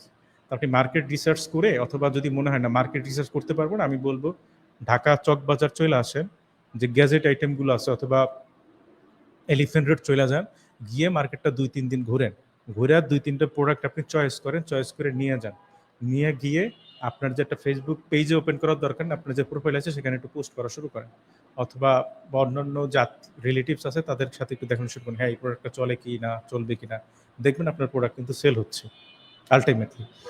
এই জন্য আমি বলবো সেটা হচ্ছে যাদের এরকম বাসনা থাকবে তারা হচ্ছে স্টুডেন্ট লাইফ থেকেই হচ্ছে তাদের একটা ড্রিম থাকতে হবে, এবং সেই ড্রিম অনুযায়ী তখন ওই সময় থেকেই আসলে কাজটা শুরু করে দিতে হবে। সেটা চকলেট হইতে পারে, আমি একটা চকলেট বিক্রি করা শুরু করি না, আসলে বিক্রিটা করতে পারি কিনা, বিক্রি করতে গেলে আমি কোন কোন জায়গায় ধাক্কা খাচ্ছি বা কোন কোন জিনিসপত্রগুলো আমার শেখা দরকার, আমার প্যাকেজিং তো শিখতে হবে, প্যাকেজিংটা কিভাবে করব। কারণ হচ্ছে এখন যেটা হয় আমরা কিন্তু কোনো একটা, আমরা বলি এখন মানুষজন কিন্তু এই শার্টটা ভালো হবে কি হবে না, এটা কতদিন যাবে, এইসব চিন্তা করার আগে আমরা চিন্তা করি যে কোন জায়গা থেকে কিনতেছি বা কোন ব্র্যান্ড থেকে কিনতেছি, ওইটার কথা চিন্তা করি।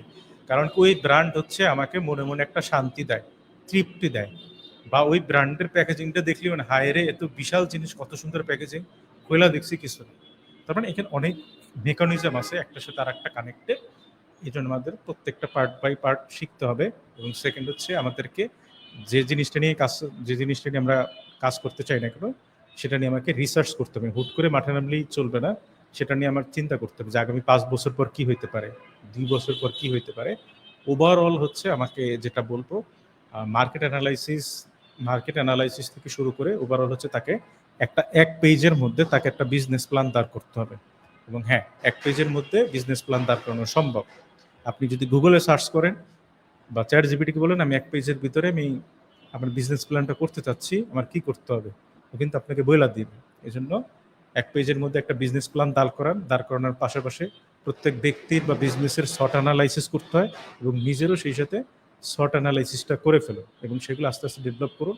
সেই সাথে ছোট একটা চকলেট বিক্রি করাও শুরু করে দিতে পারে, সেটা যে কোনো মাধ্যম হইতে পারে, যেহেতু আমাদের সোশ্যাল মিডিয়া বলি বা অন্যান্য প্ল্যাটফর্মগুলো অলরেডি ওপেন হয়ে যাচ্ছে আর কি, একটু বড় করে আর কি বললাম।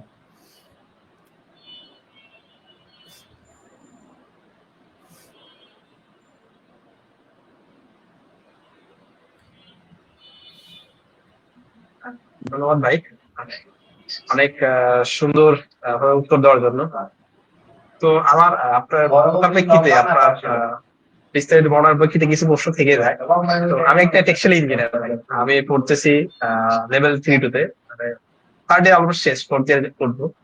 তো আমাদের এখন থেকে স্ট্র্যাটেজি কি হবে পড়াশোনার ক্ষেত্রে? এখন এক্সট্রা কারিকুলার বা কো কারিকুলাম যে অ্যাক্টিভিটি যেটা আছে আমাদের করি, হইতে পারে ভলেন্টারি অ্যাক্টিভিটিস, হইতে পারে বিভিন্ন মেন্টরের সাথে কাজ করা, বা বিভিন্ন স্কিল গ্যাদার করা, কোনটা সবচেয়ে বেশি ইফেক্টিভ এবং আপনার লাইফে কোনটা বেশি ইফেক্টিভ ছিল যেটা আপনার এই পর্যন্ত নিয়ে আসতে সহায়তা করছে? মানে আমরা হয়তো সেম স্ট্র্যাটেজি ফলো করবো বা কিছুটা ভিন্ন স্ট্র্যাটেজি, ওভারঅল কি করা উচিত যদি একটা পরামর্শ দিতেন আমাদের, আমরা অলমোস্ট ফাইনাল ইয়ার স্টুডেন্ট ধরতে গেলে। ওকে ওকে ফাইন। এখানে হচ্ছে আমাদের মার্কেটে একটা ধারণা আছে, সেটা হচ্ছে সিজিপিএ ডাজেন্ট ম্যাটার। এই শব্দটা বা এই লাইনটা হচ্ছে বিশাল আকারে চর্চা হয়, যে সিজিপিএ ডাজেন্ট ম্যাটার। এই শব্দটা, এই লাইনটা আমরা সবাই শুনছি। এখন আমি যদি প্রশ্ন করি সিজিপিএ ডাজেন্ট ম্যাটার যদি হইতো, তাহলে আপনি যদি বাংলাদেশ গভর্নমেন্ট জবের ক্ষেত্রে অ্যাপ্লাই করতে যান কোনো একটা ভালো পোস্টে, সেখানেও কিন্তু সিজিপিটা তারা মেনশন করে দেয়। আপনি যদি মাল্টি ন্যাশনাল কোম্পানির কথা বলেন, আপনি যদি বাংলাদেশিও যদি এগুলো ঢুকতে চান, সেক্ষেত্রেও সিজিপিটা তারা মেনশন করে দেয় যে তোমার এই পরিমাণে সিজিপিটা থাকতে হবে, তাহলে তুমি অ্যাপ্লাই করতে পারবা। এখন যদি আমার সেই সিজিপিটা যদি না থাকে, তাহলে তুমি অ্যাপ্লাই করতে পারবো। তো এইখানে যেটা আমার কথা, সেটা হচ্ছে সিজিপিএ অবশ্যই ম্যাটার করে, এটা হচ্ছে প্রথম কথা রাখতে হবে। যে আমি দুনিয়ার অনেক কিছু করতেছি, অনেক কিছু করতেছি, কিন্তু সিজিপিএ নাই, তাহলে কিন্তু ঝামেলা। আমি যদি হায়ার স্টাডিজের জন্য যাইতে চাই, সিজিপিএ অবশ্যই ম্যাটার করবে। আমি মাল্টি ন্যাশনালে যাইতে চাই, সিজিপি অবশ্যই ম্যাটার করবে। এখন আমার সব স্কিল ভালো, আমি ইংলিশ ভালো পারি, আমি পাওয়ার পয়েন্ট ভালো পারি, আমার হচ্ছে ক্রিটিক্যাল থিঙ্কিং অনেক ভালো, আমি সব দিক থেকে ভালো, কিন্তু আমি যে অ্যাপ্লাই করব সেই অ্যাপ্লাই করার হচ্ছে আমার রেজাল্টটুকু নাই, তখন কিন্তু আলটিমেটলি রেজাল্ট কিন্তু আমার জিরো। তো প্রথম যেটা পয়েন্ট বলবো সেটা হচ্ছে সিজিপি অবশ্যই ম্যাটার করে, এটা মাথার ভিতর রাখতে হবে। সেই সাথে সাথে যেটা হচ্ছে, আজকে যে আমি সৈকত আপনাদের সামনে কথাবার্তা বলতেছি, এখন আমি যদি আমার প্রিভিয়াসলি 14, 15, 16, 17 সালের দিকে যদি যাই, তখন হচ্ছে আমি এইটা টাইপের কথাবার্তা বলতে পারতাম। তখন যেটা হয়েছে, যখন আমি লেখালেখি করতাম, আমার নাম সার্চ দিলে এখন অনেক লেখা চলে আসবে টেক্সটাইল ল্যাব ব্লগে, অথবা textile and garment merchandising page তোমরা মোটামুটি সবাই চিনি, সেখানেও আমি মোটামুটি 2014 সাল থেকে লেখালেখি করি এখন পর্যন্ত, এবং যতদিন আছে সেটা চলবে। তো সেটা হচ্ছে, আমি যখন লেখালেখি করতাম শুরুর দিকে আমার লেখার ধরন তেমন ভালো ছিল না। এখানে একটা বিষয় কি, একটা মানুষ ঠিক সেভাবেই কথা বলবে। এখন আমি ঠিক যেভাবে আপনাদের সাথে কথাবার্তা বলতেছি, তো মানুষের লেখার ধরনও কিন্তু সেম হবে, কিন্তু সে চেঞ্জ করতে পারবে না। কিভাবে? কারণ হচ্ছে মানুষ যেটা চিন্তা করে সেটাই তো সে বলে, এবার মানুষ যেটা চিন্তা করে সেটাই কিন্তু তার লেখনের মাধ্যমে ফুইটা ওঠে। এখন আমি যদি লিখতে চাই, ভালো মতো লিখতে চাই, সেক্ষেত্রে আমার কি করতে হবে? আমাকে অবশ্যই বেশি বেশি লিখতে হবে, অথবা অবশ্যই বেশি বেশি আমাকে পড়তে হবে। এটা তো ম্যান্ডেটরি, তাই? তো বিষয়টা হচ্ছে এইরকম, যে আমি যখন একটা জবে ঢুকতে যাব তখন আমার পাওয়ার পয়েন্ট জানতে হবে, তখন আমার কমিউনিকেশন স্কিল দরকার। এখন আমি যদি কোনো একটা অর্গানাইজেশনের সাথে কোনো একটা পার্ট আমি যুক্ত থাকি, তখন সেই যুক্ত থাকার ফলে কিন্তু অনেকগুলা ক্যাম্পাসের অনেকগুলো মানুষদের সাথে, নতুন মুখদের সাথে আমার প্রতিনিয়ত কাজ করতে হইতেছে, কথাবার্তা বলতে হইতেছে। এখন আমার কাছে মনে হবে যে ইনিশিয়াল স্টেজে, হ্যাঁ, এখানে তো 14, 15 বা 20টা ভার্সিটি আছে, সবার সাথে কথাবার্তা বলতেছি, বা প্রথম প্রথম হচ্ছে যেটা হবে, একটু জড়তা লাগবে, যার সাথে কিভাবে আমি অ্যাপ্রোচটা করব। এই ভাই তো বুটেক্সে পড়তেছে আর আমি তো বরিশালে পড়তেছি, আসলে আসলে অ্যাপ্রোচটা কিভাবে করব বা কিভাবে করা যায়, এই যে একটা থিঙ্কিং হচ্ছে, এই যে থিঙ্কিং গুলো হইতে হইতে কিন্তু আমার ইনার পার্টে কিন্তু একটা ডেভেলপমেন্টের জায়গা তৈরি হয়, মানে ক্ষুধা টাইপ তৈরি হয়। হ্যাঁ, যখন দেখবেন আমি যেটা হইতো যে কারোর সাথে কথা বলার পূর্বে আমি আগে খাতায় নোট করতাম যে এই মানুষটাকে, অর্থাৎ ফোন কল করব, কল করার পর আমি খাতায় নোট ডাউন করতাম যে এই জিনিসটা আমি এই মানুষটাকে বলবো, তারপরেও মাঝে মধ্যে মিস হয়ে যায়। হুম।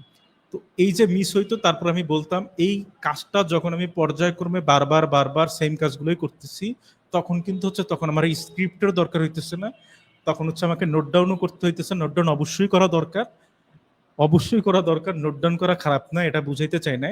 যে আমি যখন একটা কাজের সাথে অভ্যস্ত হব, তখন কিন্তু সেটা আমাকে অন কাইন্ড অফ সুপারম্যান করে তুলবে। তো এই জন্য আমি বললাম সিজিপি অবশ্যই ম্যাটার করে।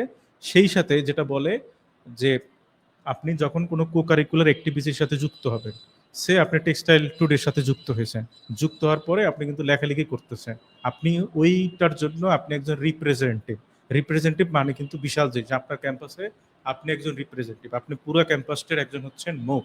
আপনি ক্যাম্পাসটাকে সবার কাছে তুলে ধরবেন, পুরো বাংলাদেশের কাছে। আপনার কাছে কিন্তু দায়িত্বটা বিশাল, এটা আপনাকে বুঝতে হবে।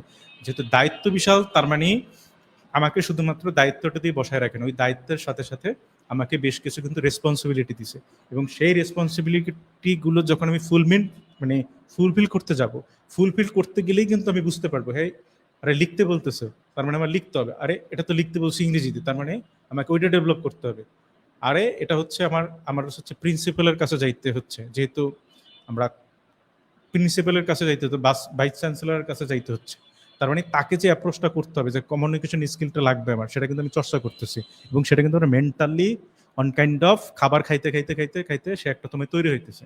তখন আমি যখন ভাইবা দিতে যাব, তখন কিন্তু ওই জিনিসপত্রগুলোর সাথে আমি অভ্যস্ত হয়ে গেছি, তখন কিন্তু এটা আমার কাজে দিচ্ছে। এটা আমি এক্সাম্পল হিসেবে বললাম। এই জন্য আমি যেটা বলবো, সিজিপি ম্যাটার করে, সেই সাথে আমার এক্সট্রা কারিকুলার অ্যাক্টিভিটিস হচ্ছে অবশ্যই দরকার। সেটা আমার ক্যাম্পাস ভিত্তিক হইতে পারে, সেটা আমার ডেবিটিং ক্লাব হইতে পারে, সেটা স্পোর্টস ক্লাব হইতে পারে। কারণ লিডারশিপ একটা বিষয়, লিডারশিপ স্কিল একটা বিষয়। আপনাকে একটা টিম দিল, সেই 10 জন টিমকে আপনি রান করতে পারতেছেন কিনা। আপনার কাছে মনে হইতে পারে এরকম, এই 10 জনকে চালানো কোনো বিষয়, আরে ভাই চালানো শুরু করেন না, তখন হবে বিষয়। কারণ 10 জন মানুষের, আমি 10 জন চিন্তা করলে 9 জন তো আমার বাহিরের, আমার মেন্টালিটির সাথে একজনের সাথে একদম ফটোকপি টেক ম্যাচ করবে না। তার মানে 9 জন মানুষের মেন্টালিটি ভিন্ন, সেই 9টা মানুষের মেন্টালিটি এবং তাদের কথাবার্তা শুনে না আমার কিন্তু টিমটা লিড দিতে হবে, কাজগুলো করতে হবে। যখন এটার সাথে আমি অভ্যস্ত হয়ে যাব, তখন কিন্তু আপনার জন্য দুনিয়াটা সহজ। এই জন্য আমি যেটা বলবো, সিজিপিটার দিকে খেয়াল রাখা, ক্যাম্পাসের যতগুলো ক্লাব আছে সেই ক্লাবের সাথে অবশ্যই কানেক্টেড থাকতে হবে। কানেক্টেড মানে হচ্ছে আমি চুপচাপ ঘুমান্ত অবস্থায় থাকবো না, আমার যে প্রতিভা আছে, আমার যে আইডিয়া আছে, সেগুলো হচ্ছে বিকশিত করতে হবে, আইডিয়াগুলো প্রতিনিয়ত তাদেরকে দিতে হবে এবং বলতে হবে। সেকেন্ড, ক্যাম্পাস ভিত্তিক তো করবো, এর পাশাপাশি হচ্ছে যে হচ্ছে আমি যে সেক্টরে কাজ করতে চাচ্ছি, সেই সেক্টরের সাথে আসলে কারা কানেক্টেড, বা ওই অর্গানাইজেশনের সাথে আমি যদি যুক্ত হই, সেক্ষেত্রে আমার নেটওয়ার্কিংটা বাড়বে। অথবা ক্যাম্পাস ভিত্তিক যদি কোনো একটা প্ল্যাটফর্ম থাকে, যে আমি টেক্সটাইল আছি, টেক্সটাইলের কোথায় সবাই কানেক্টেড আছে, আমি এখানে একটু গিয়ে কানেক্টেড হই না, তখন দেখবেন কানেক্টেড হইতে হইতে বিশাল একটা আপনার জন্য নেটওয়ার্কিংটাও তৈরি হয়ে যাচ্ছে। তো এই জন্য আপনাকে আইডেন্টিফাই করতে হবে যে যে আমি কিভাবে কি করব বা কি করা উচিত। আমি তো আপনাকে 3টা পয়েন্ট বললাম, আমি যদি আবার রিপিট করি, কারণ ভালো কাজ 3বার রিপিট করতে হয়, এটা আমাদের ধর্মেও বলা আছে। প্রথমত বলবো সিজিপিএ ম্যাটার করে, সেকেন্ড যেটা বলবো ক্লাব অ্যাক্টিভিটিস গুলো থাকতে হবে, থার্ড যেটা বলবো সেটা হচ্ছে আমি আমার যে প্ল্যান, আমার যে ভিশন, সেই ভিশনের সাথে যে অর্গানাইজেশনগুলো অ্যালাইন করবে সেই সকল অর্গানাইজেশনের সাথে আমি যুক্ত হব। আবার বিষয়টা এরকম না পৃথিবীর সবগুলোর সাথে, আমারও তো লিমিটেড। আমি 3টার সাথে যুক্ত হই বা 2টার সাথে যুক্ত হই, সেই 2টার সাথে আমি ক্যাম্পাসের বাইরের কথা বলতেছি। 2টার সাথে যুক্ত হই, 3টার সাথে যুক্ত হই, সেখানে আমাকে যে রেসপন্সিবিলিটি দেওয়া হইতেছে আমি সেটা ফুলফিল করতে পারতেছি কিনা। যদি করতে পারি দেন আমি অন্য জায়গায় আর একটা প্ল্যাটফর্ম নিতে পারি, কিন্তু তার আগে না, এটা বলবো। এবং শেষে আর একটা শব্দ বলছিলাম, সেটা হইল যে আমাদের আসলে কোনো মেন্টর দরকার কিনা। অবশ্যই মেন্টর শব্দটাকে আমি কোচ হিসাবে ধরলাম, আমি কোচ বলে সম্মানিত বাণী বলবো। সেটা হচ্ছে আপনি পৃথিবীতে মেসির কথা যদি চিন্তা করি, রোনালদোর কথা চিন্তা করি, অথবা বাংলাদেশের সাকিব আল হাসানের কথা যদি চিন্তা করি, এরা কিন্তু একদিনই কিন্তু তৈরি হয় না, পৃথিবীর মানুষ কিন্তু একদিনই তাদেরকে চিনে না। এবং এদের পিছনে কিন্তু অবশ্যই একজন কোচ অথবা একজন মেন্টর অবশ্যই আছে, রাইট? তো এখন এইখান থেকে আমি যেটা বুঝাইতে চাচ্ছি সেটা হচ্ছে তাদের যদি একজন কোচ থাকতে পারে, আপনি যদি রবিনসনের যদি আমি যদি কথা বলি অন কাইন্ড অফ, তার হচ্ছে সে যে কথাবার্তা বলবে, এই যে হাত পা আমি নাড়াইতেছি আমার মতো করে নাড়াইতেছি, আমার তো কোচ নেই, রাইট? এখন আমি যদি ইন্টারন্যাশনালি হচ্ছে একজন কোচের কথা বলি, তার যে হাতের যে এই যে আমি যে নাড়াইতেছি আমার মতো করে অন কাইন্ড অফ ডান্স হয়ে যাচ্ছে, রাইট? এখন কিন্তু আমাদের ইন্টারন্যাশনাল যারা ট্রেনার, তারা একটা আঙুল যখন জাগাবে সেটা চিন্তা করে এটা আমার সাথে যায় কিনা বা হয় কিনা, বা এটার সাথে মানুষ হলে মোটিভেট হচ্ছে কিনা। তো এই জন্য আমি যেটা বলবো, আমি যে সেক্টরে থাকি না কেন আমার অবশ্যই একজন মেন্টর দরকার অথবা আমার একজন কোচ দরকার, সেটা আমার পার্সোনাল লাইফেও দরকার। কারণ হচ্ছে আমি সামনে যে লাইফটা লিড করব, সেই লিড করার জন্য সেই সেই ক্লাসগুলো অথবা সেই পর্যায়গুলো কিন্তু একটা মানুষ অলরেডি পার হয়ে গেছে, তার মানে সেই এটার সাথে সে একটা এক্সপিরিয়েন্সড হয়ে গেছে।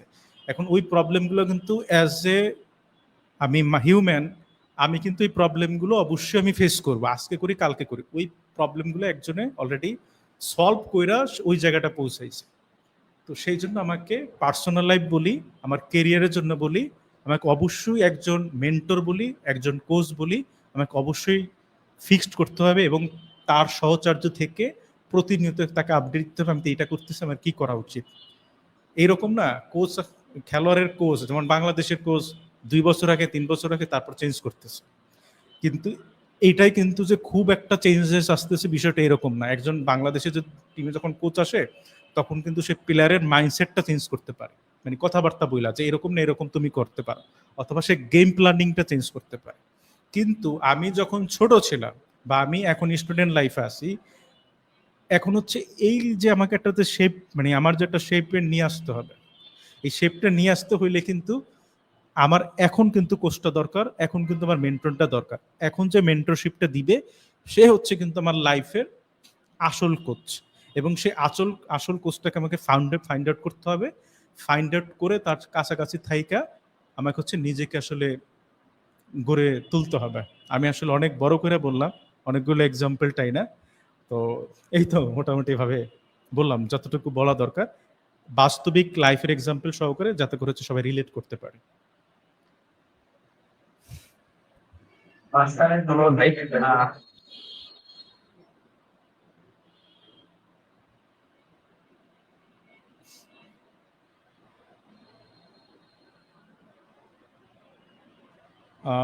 আচ্ছা, হয়তো বা আচ্ছা, তো আমি যেটা হচ্ছে যেটা পরামর্শ বলবো, যদি সামারির কথা বলি, সেটা হচ্ছে অবশ্যই আমাদের কোচ অথবা মেন্টর বলি অবশ্যই আমাদের লাইফে দরকার, আমাদের লাইফটাকে হচ্ছে একটা শেপে নিয়ে আসার জন্য। হ্যাঁ, আমির ভাই শুনতে পাচ্ছি। হ্যাঁ, তো আরেকটা কোশ্চেনের মধ্যে আমরা লাইভটা শেষ করে দেবো ইনশাল্লাহ। তো লাস্ট কোশ্চেন বলেন আর পরামর্শ বলেন, অনেক কিছু বলতে পারেন। তো আপনার জীবনে স্টুডেন্ট ঘটে যাওয়া কিছু পরামর্শ, যে কিভাবে উদ্যোক্তার দিকে আসলেন বা কেনই বা এটাকে চয়েস করলেন, আর স্টুডেন্ট লাইফে কি কি ঘটনা হয়েছে বা কোনো মজার ঘটনা আছে কিনা, অথবা হইতে পারে যে কিছু শিক্ষণীয় ঘটনা যেখান থেকে আপনার লাইফটা টার্ন করছে, এমন একটা ঘটনার মাধ্যমে আমি আজকে লাইফটা শেষ করবো। তো আপনি যদি আমাদের ওকে একটু জানাইতেন। ওকে সেটা হচ্ছে যে ওই যেটা বললাম, একজন কোচ বা মেন্টর অথবা জীবনের একটা ইনসিডেন্ট হচ্ছে একটা মানুষকে বিশাল পরিবর্তনে নিয়ে আসতে পারে আমাদের প্রত্যেকের লাইফ। সেটা যে কোনোভাবে হইতে পারে, মানে যে কোনো একটা ইনসিডেন্ট। আমি যেটা বললাম, আমার কমিউনিকেশন স্কিল খুবই বাজে, এটা আমি স্বীকার করি সবসময়।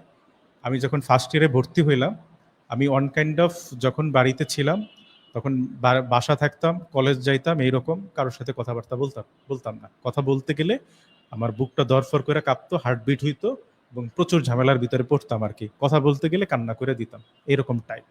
তো যখন আমি ফার্স্ট ইয়ারে ভর্তি হইলাম তখন আমার রেজিস্ট্রেশন নিয়ে ঝামেলা হয়েছে।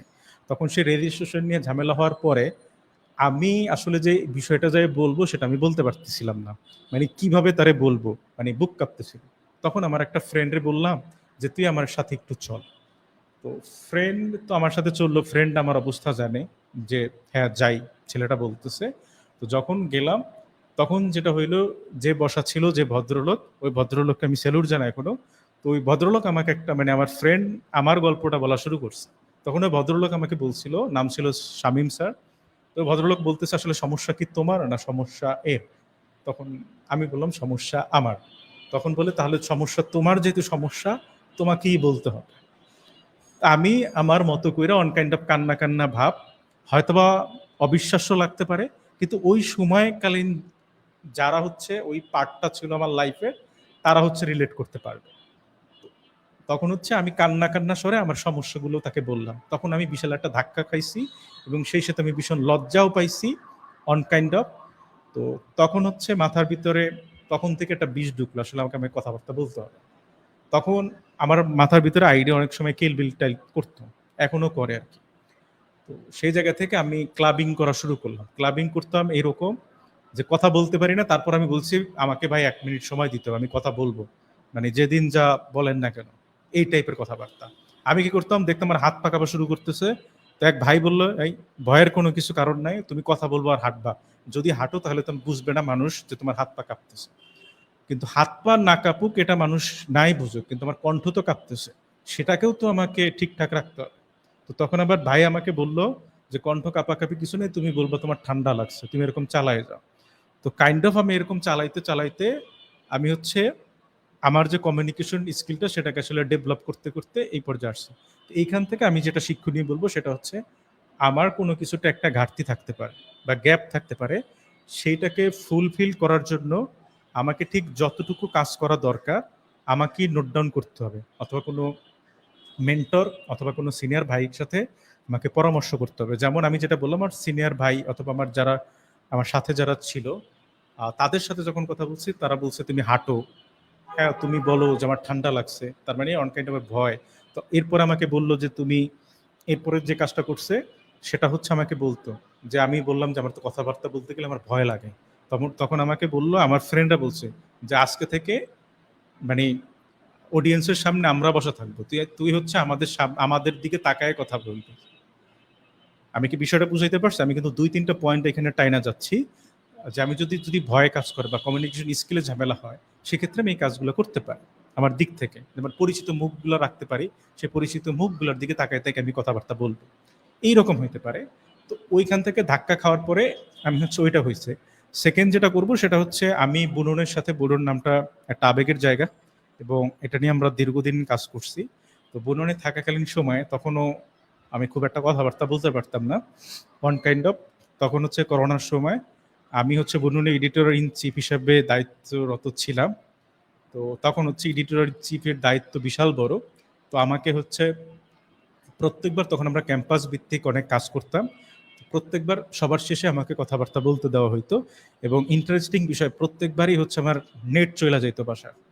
এখন কেন চলে যাইতো সেটা হচ্ছে, আমি কথা বলতে ভয় পাইতাম, বা আমি কি বলবো না বলবো সেটা আসলে মানুষ ওইভাবে নিতে পারবে কি নিতে পারবে না, মানে একটা জড়তা কাজ করতো। এই জন্য আমার প্রতিটা প্রোগ্রামের শেষেই নেটটা চলে যেত এবং আমি মোবাইল টোবাইল বন্ধ করে বসে থাকতাম। পরবর্তী ভাইদেরকে বলতাম যে ভাই আমার নেট চলে গেছিল। তো দেন যেটা হয়েছে, শিশির ভাই শিশির ভাইয়ের নামটা আমার বারবার উচ্চারণ করতে হবে, সালাউদ্দিন স্যারের নামটা বারবার উচ্চারণ করতে হবে এই জায়গাটাতে আইসা। তো তখন বললে যে সৈকত যা বলো না কেন সেটা হচ্ছে তুমি লেখা রাখো, লেখা লেখা যতটুকু লিখছো সেটা মানে আবৃত্তি করো অন কাইন্ড অফ, একদিন বলো না। তো সেটা হচ্ছে, তো সেভাবে হচ্ছে আমি একদিন আসলে বলা শুরু করলাম। তারপরে যেটা হয়েছে, ওই সময় সমকালীন যারা ছিল, বিশেষ বিশেষ করে নয়নের কথা বলতে হয় আমার, জুবায়ের হোসেন নয়ন, ওর নামটা সবাই চিনবা, ওর একটা পেজ আছে, সবার পরিচিত মুখ। তো ও একটা সময় এবং ওর পাশাপাশি আর একটা ছেলে ছিল রিপন, বললো যে ভাই আপনি তো খুব ভালো বলেন। তো তখন একটা মানে মানে এটা অন কাইন্ড অফ নিজের ভিতরে বুস্ট আপ হয়েছে যে আমি ভালো বলতেছি। তার মানে এইখানে যেটা হয়েছে সেটা হচ্ছে কোনো একটা ছেলে খারাপ করতেছে বা খুব, আমি জানি আমি বাজে বলতেছি, তারপরে যখন আশেপাশের মানুষজন বলতেছে খুব ভালো বলতেছো, তার মানে একটা কনফিডেন্সটা আমার গ্রো করতেছে, তখন কিন্তু আমি আরো ভালো করার চেষ্টা করি বা ভালোভাবে কথা বলার চেষ্টা করি। তো এইখানে হচ্ছে আমার যেটা বলবো সেটা হচ্ছে বুনন একটা পার্ট। বুননটা হচ্ছে টেক্সটাইল ম্যাগাজিন ছিল, এই জন্য বললাম যে কো কারিকুলার অ্যাক্টিভিটির সাথে যখন আমরা একটি মানে জড়িত থাকবো তখন সেটা আমি কথাবার্তা বলতে পারবো। এবং যখন আমি থার্ড ইয়ারে উঠি মোটামুটিভাবে, তখনও ভয় টয় ছিল মধ্যে। আমি বুননের যে কথাগুলো বললাম সেটা হচ্ছে আমার অনকাইন্ড পড়াশোনার শেষের জার্নি বলছি আর কি। আমি কিন্তু এখন যেটা বলবো সেটা হচ্ছে আমি আবার একদম ব্যাকে যাই, সেটা হচ্ছে আমার আমার যে হচ্ছে উদ্যোক্তা জার্নি, সেটা হচ্ছে আমি যখন থার্ড ইয়ারে ছিলাম তখন একটা প্ল্যাটফর্ম আমার ছিল, সেটা বায়োস্কোপ টি শার্ট নামে। তখন সেটা আমি যাত্রা শুরু করি, তখন হচ্ছে ফেসবুক টেসবুক মোটামুটি আর টাইরি টাইরি খুলতাম। তখন আমার নাম ছিল এস এস সৈকত, এখন তো সুন্দর করে নাম লিখছি সোহেল হোসেন সৈকত, মানে বুঝেন তো অবস্থা, এটা সবারই হয়। তো এইটা হইলো বিষয়। তো তখন ইয়াটা করলাম, তখন আমি টি শার্ট সেল করা শুরু করলাম। এবং টি শার্ট ওই সময় অনলাইনে তেমন একটা সেল টেল হইতো না। তখন ওই সময় নাবিল নামে একটা ফ্রেন্ড ছিল, রাশেদ, মুন্না, তারপরে হচ্ছে সাগর। তো তো এরকম হচ্ছিল না, তো আমরা চাচ্ছিলাম কিছু একটা করতে। তো তারপর আমরা একদিন বসলাম, বইসা প্ল্যান করলাম এরকম হইতেছে না, আমরা হচ্ছে মিরপুর 10-এ টি শার্ট বিক্রি করা সেল, মানে আমাদের ডিজাইন করা টি শার্ট কষ্ট লাগতেছিল, ডিজাইন আমরা করতেছি, টি শার্টগুলো বিক্রি করতে পারতেছি না, চাচ্ছিলাম অনলাইনে বিক্রি করবো। তো ওই সময় ওরকম ভাবে খুব যে বুস্ট আপ হয়েছে এরকম না। তো তখন বললাম যে আমরা মিরপুর 10-এ বসবো আর মহাখালীতে যে গিয়ে বসবো, যে কেন আমাদের ডিজাইন সেল হইতেছে না। তো আমরা গেলাম, কথার কথা আমি যাই নাই, আর না যাওয়ার কারণের পিছনে কারণ আমার ভিতরে একটা কাজ করতো, যে এলাকার মানুষজন তো ঢাকা শহরে আসে, তারা যদি দেখে যে সৈকত ফুটপাতে বসে টি শার্ট বিক্রি করতেছে, এগুলো যদি বাড়িতে গিয়ে বলে তাহলে তো বিশাল এক অবস্থা, মারামারির টাইপ অবস্থা, মানে মান সম্মানের একটা বিষয়। তো আমি আসলে এরকম ভাবে 2-3 দিন অ্যাভয়েড করছি, আমার মাথা ব্যথা থাকতো, পেটে ব্যথা থাকতো, এরকম করে করে। তো একদিন যেটা হয়েছে, আর ফ্রেন্ডরাও বলতো ঠিক আছে ঠিক আছে, কারণ এরা জানতো আমি খুব সহজে অজুহাত দিই না। তো একটা দিন যেটা হয়েছে আমি এদের সাথে যাই নাই। তো টি শার্টগুলো হচ্ছে আমি মিরপুর পল্লবী থেকে মানে স্টিচটা করতাম, ছোট একটা ফ্যাক্টরি বলবো না, ছোট একটা রুমের ভিতরে 2-3টা মেশিন ছিল। তো ফেব্রিকগুলো হচ্ছে বেনারসি পল্লীর ওইখানে ফেব্রিকের জুট কেনা যায় ছোট ছোট, মানে যেগুলো ওয়েস্টেজ থাকে ওইগুলো আমরা কিনতাম। তো কিনে নিয়ে এখন হচ্ছে ওই সময় হরতাল বা কিছু একটা চলে, আমার ঠিক ইনসিডেন্টটা মনে নাই, অথবা বাস পাইতেছিলাম না খুব সকালবেলা, তখন হচ্ছে টি শার্টের কাপড়গুলো কিনা হচ্ছে ওইগুলা হচ্ছে নিয়ে যাইতে হবে, তো আশেপাশে মানে খুব ভোরবেলা কোনো কিছু পাচ্ছিলাম না। তখন কি করতে হলো, তখন হচ্ছে একটা ফ্রেন্ড ছিল নাজমুল, ও একটা বস্তা মাথায় নিছে। এখন আমি তো মানে শরীর টরীর ঘামে গেছে যে আমি মাথায় নিব, তো ও যখন নিতে পারছে আমি কেন নিব না, তখন আমিও মাথায় নিছি। তো মাথায় নেওয়ার পরে যেটা হয়েছে, আমি ঠিক মেবি 10 মিনিট হাঁটছিলাম, আমার কাছে মনে হয়েছিল 6 দিন 8 দিন 10 দিন আমার শরীর থেকে ঘাম পড়তেছিল শীতের দিনেও। তো সেটা হইলো যেটা বিষয় হইলো, ওই তখন যেটা হয়েছে, তখন আমি তখন গেলাম, তখন আমাকে নাজমুল বলতেছিল যে এটা আসলে লজ্জার কিছু না, এটা হচ্ছে আমার নিজের কাজ, এটা হচ্ছে আমার প্রতিষ্ঠানের কাজ, এটা আমাকেই করতে হবে এবং এটার লজ্জার কিছু নাই। তো বাসা থেকে যদি তোর দেখতো তখন তুই অন্য কোনো কারণও বলতে পারতি বা অন্য কোনো একটা কজও দেখাইতে পারতি, রাইট? বিষয়টা হচ্ছে ওইখান থেকে একটা আমার বিশাল একটা লার্নিং পয়েন্ট, সেখান থেকে আমি একটা যেটা শিখলাম সেটা হচ্ছে কোনো কাজই ছোট না। এখন যেটা হয়, আমার যদি কোনো প্রোডাক্ট থাকে, যদি বস্তা থাকে, সেই বস্তাটা আমি, আমার মানুষ আছে তারপর হচ্ছে আমি নিয়ে আসি, তাদের সাথে কাজ করতে ভালোবাসি। তো ওই জায়গাটা, এবং সেটা হচ্ছে টি শার্টের যেটা বিজনেস, সেটা হচ্ছে সামহাউ উইদিন 6 মান্থের মধ্যে আমরা ক্লোজ করে দেই। আহ, সেটা সেটা হচ্ছে আমি ক্লোজ করে মানে ডিসক্লোজ করতে চাচ্ছি না যে আসলে কি কারণে ক্লোজ করা, দেন হচ্ছে আমি যেটা ত্রিদেশীর কথা বললাম শুরুর দিকে আমার গল্পের, সেই ত্রিদেশীটা হচ্ছে আমরা মোটামুটি সালাউদ্দিন স্যারের মেন্টরশিপে, তার একটা প্ল্যাটফর্ম অ্যাডমস বি, সেখানে আমি কাজ করার সুযোগ পেয়েছিলাম।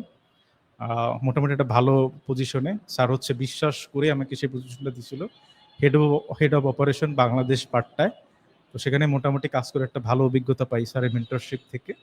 দেন হচ্ছে আমি মোটামুটি আমার সাথে আরো ৩ জনকে নিয়ে আমি ত্রিদেশীটা শুরু করি, এবং ত্রিদেশীটা হচ্ছে অন কাইন্ড অফ একটা সময় এসে আমি ক্লোজ করে দিতে বাধ্য হই বেশ কিছু কারণে, আহ, যেগুলো হয়তো কোনো একদিন গল্পে বলবো, কিন্তু সেই গল্পটা বলার সময় বা সুযোগ এখনো আসেনি। আল্লাহ তাআলা যদি সেই সুযোগটা করে দেয়, তো বলতে পারেন আমি যে 2টা পয়েন্ট বললাম সেই 2টা জায়গা আসলে আমার বিশাল হচ্ছে ধাক্কার জায়গা আছে, এবং সেই জায়গা জার্নিগুলোতে আমি অনেক কিছু শিখছি, এবং সেই শেখাটা হচ্ছে আমার পরিপূর্ণতা। এবং হচ্ছে আমি যেটা বলবো সেটা হচ্ছে আমরা যখন কোনো কিছু হচ্ছে হেরে হেরে শিখি বা লস করে করে শিখি, সেটা হচ্ছে আমরা বলবো সেটা হয়তো বা অনেকের কাছে মনে হতে পারে যে আমার অনেক টাকা লস হয়ে গেছে, বিষয়টা এরকম না। আমি বলবো সেটা হচ্ছে আমার একটা লার্নিং টাইমের আমার একটা কস্ট।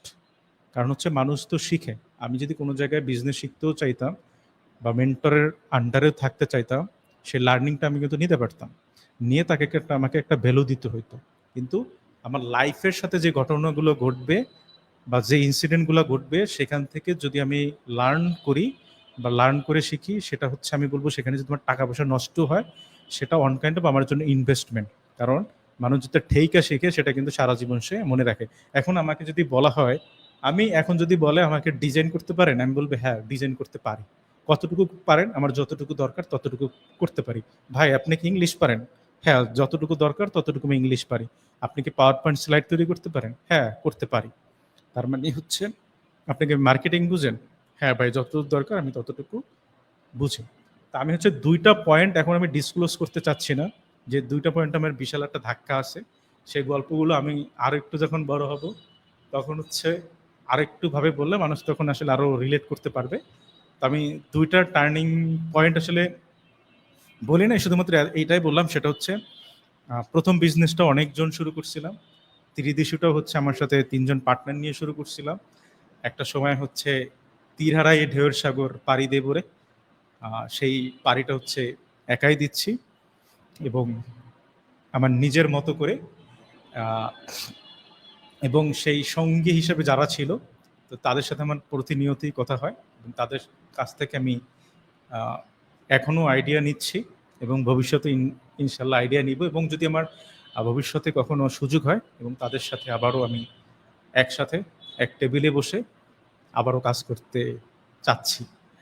আর যেটা হয় ব্যবসা করার ক্ষেত্রে বাসা বাড়ির হচ্ছে যেটা বলবো একটা বাধা থাকে, যে পড়াশোনা করছে এটা নিয়ে, তুমি বিজনেস করবা এটা আসলে কে করছে, মানে তোমার ফ্যামিলি ব্যাকগ্রাউন্ডে নাই, তুমি এটা পারবা কি পারবা না, এরকম ইস্যু থাকে।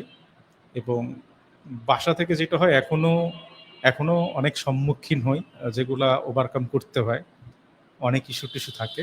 তারপরে হচ্ছে মাথার ভিতর হয় কি, যখন আপনি বা আমি যে একটা মাটির যদি আমি পাত্রর কথা যদি চিন্তা করি, যে মাটির পাত্রটা আমার তৈরি করতে মেকানিজম দরকার, আমার বেলে মাটি দরকার না দোআঁশ মাটি দরকার না এঁটেল মাটি দরকার, আমি যখন জানি যে আমার এই পাত্রটা তৈরি করতে এই মাটিটাই দরকার, এই পাত্রটা আমি যদি ঠিকঠাক এতটুকু আমি যদি হিট দেই তাহলে এই কালারটা হবে। অর্থাৎ আপনি যদি যে জিনিসটা করতে চাইতেছেন না কেন, যে ফিল্ডে হন না কেন, আপনি যদি সকল মেকানিজমগুলো আপনি যদি জানেন বা সবগুলো ডট যদি আপনি একত্রে কানেক্ট করতে পারেন, তখন ভিতরে কিন্তু আপনার ভিতরে আপনি একটা কনফিডেন্স চলে আসবে। যখন চলে আসবে তখন আপনার কাছে আপনার আপনার এনভায়রনমেন্ট, আপনার ফ্যামিলি, আপনার ফ্রেন্ড সার্কেল বা যারাই আসুক না কেন, অনেকে অনেক টাইপের কথাবার্তা বলতে পারে, কিন্তু আপনি জানেন হ্যাঁ আমি ডটগুলো সব কানেক্ট করছি, আমার এই কাজটা করতে হলে এই জিনিসপাতিগুলো দরকার, এই জিনিসপাতিগুলো আমি জানি, তখন কিন্তু আলটিমেটলি আপনি কিন্তু অটোমেটিক বুস্ট আপ হয়ে যাবেন, এবং আপনার যে পথ চলা সে পথ চলা কিন্তু আসলে চলবে, সেটা কখনো থামবে না, সেটা আকাশ ছোঁয়া হোক।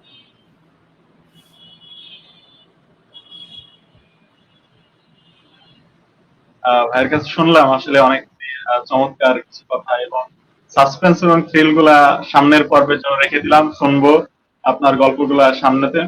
আর অসংখ্য ধন্যবাদ ভাই আপনাকে, এত ব্যস্ততার মাঝেও যে আমাদেরকে সময় দিয়েছেন তার জন্য আসলে science and research club BTech আপনার কাছে কৃতজ্ঞ। এরই মাধ্যম দিয়ে আমাদের প্রোগ্রাম শেষ করতে যাচ্ছি। আশা করি দর্শকরা অনেক কিছু শিখেছেন। দেখা হবে নতুন কোনো অনুপ্রেরণার গল্পে। সে পর্যন্ত সুস্থ থাকুন, ভালো থাকুন এবং পরিবেশ বান্ধব উদ্যোগ এবং উদ্যোক্তাদের সাথে থাকুন। আল্লাহ হাফেজ। আল্লাহ হাফেজ।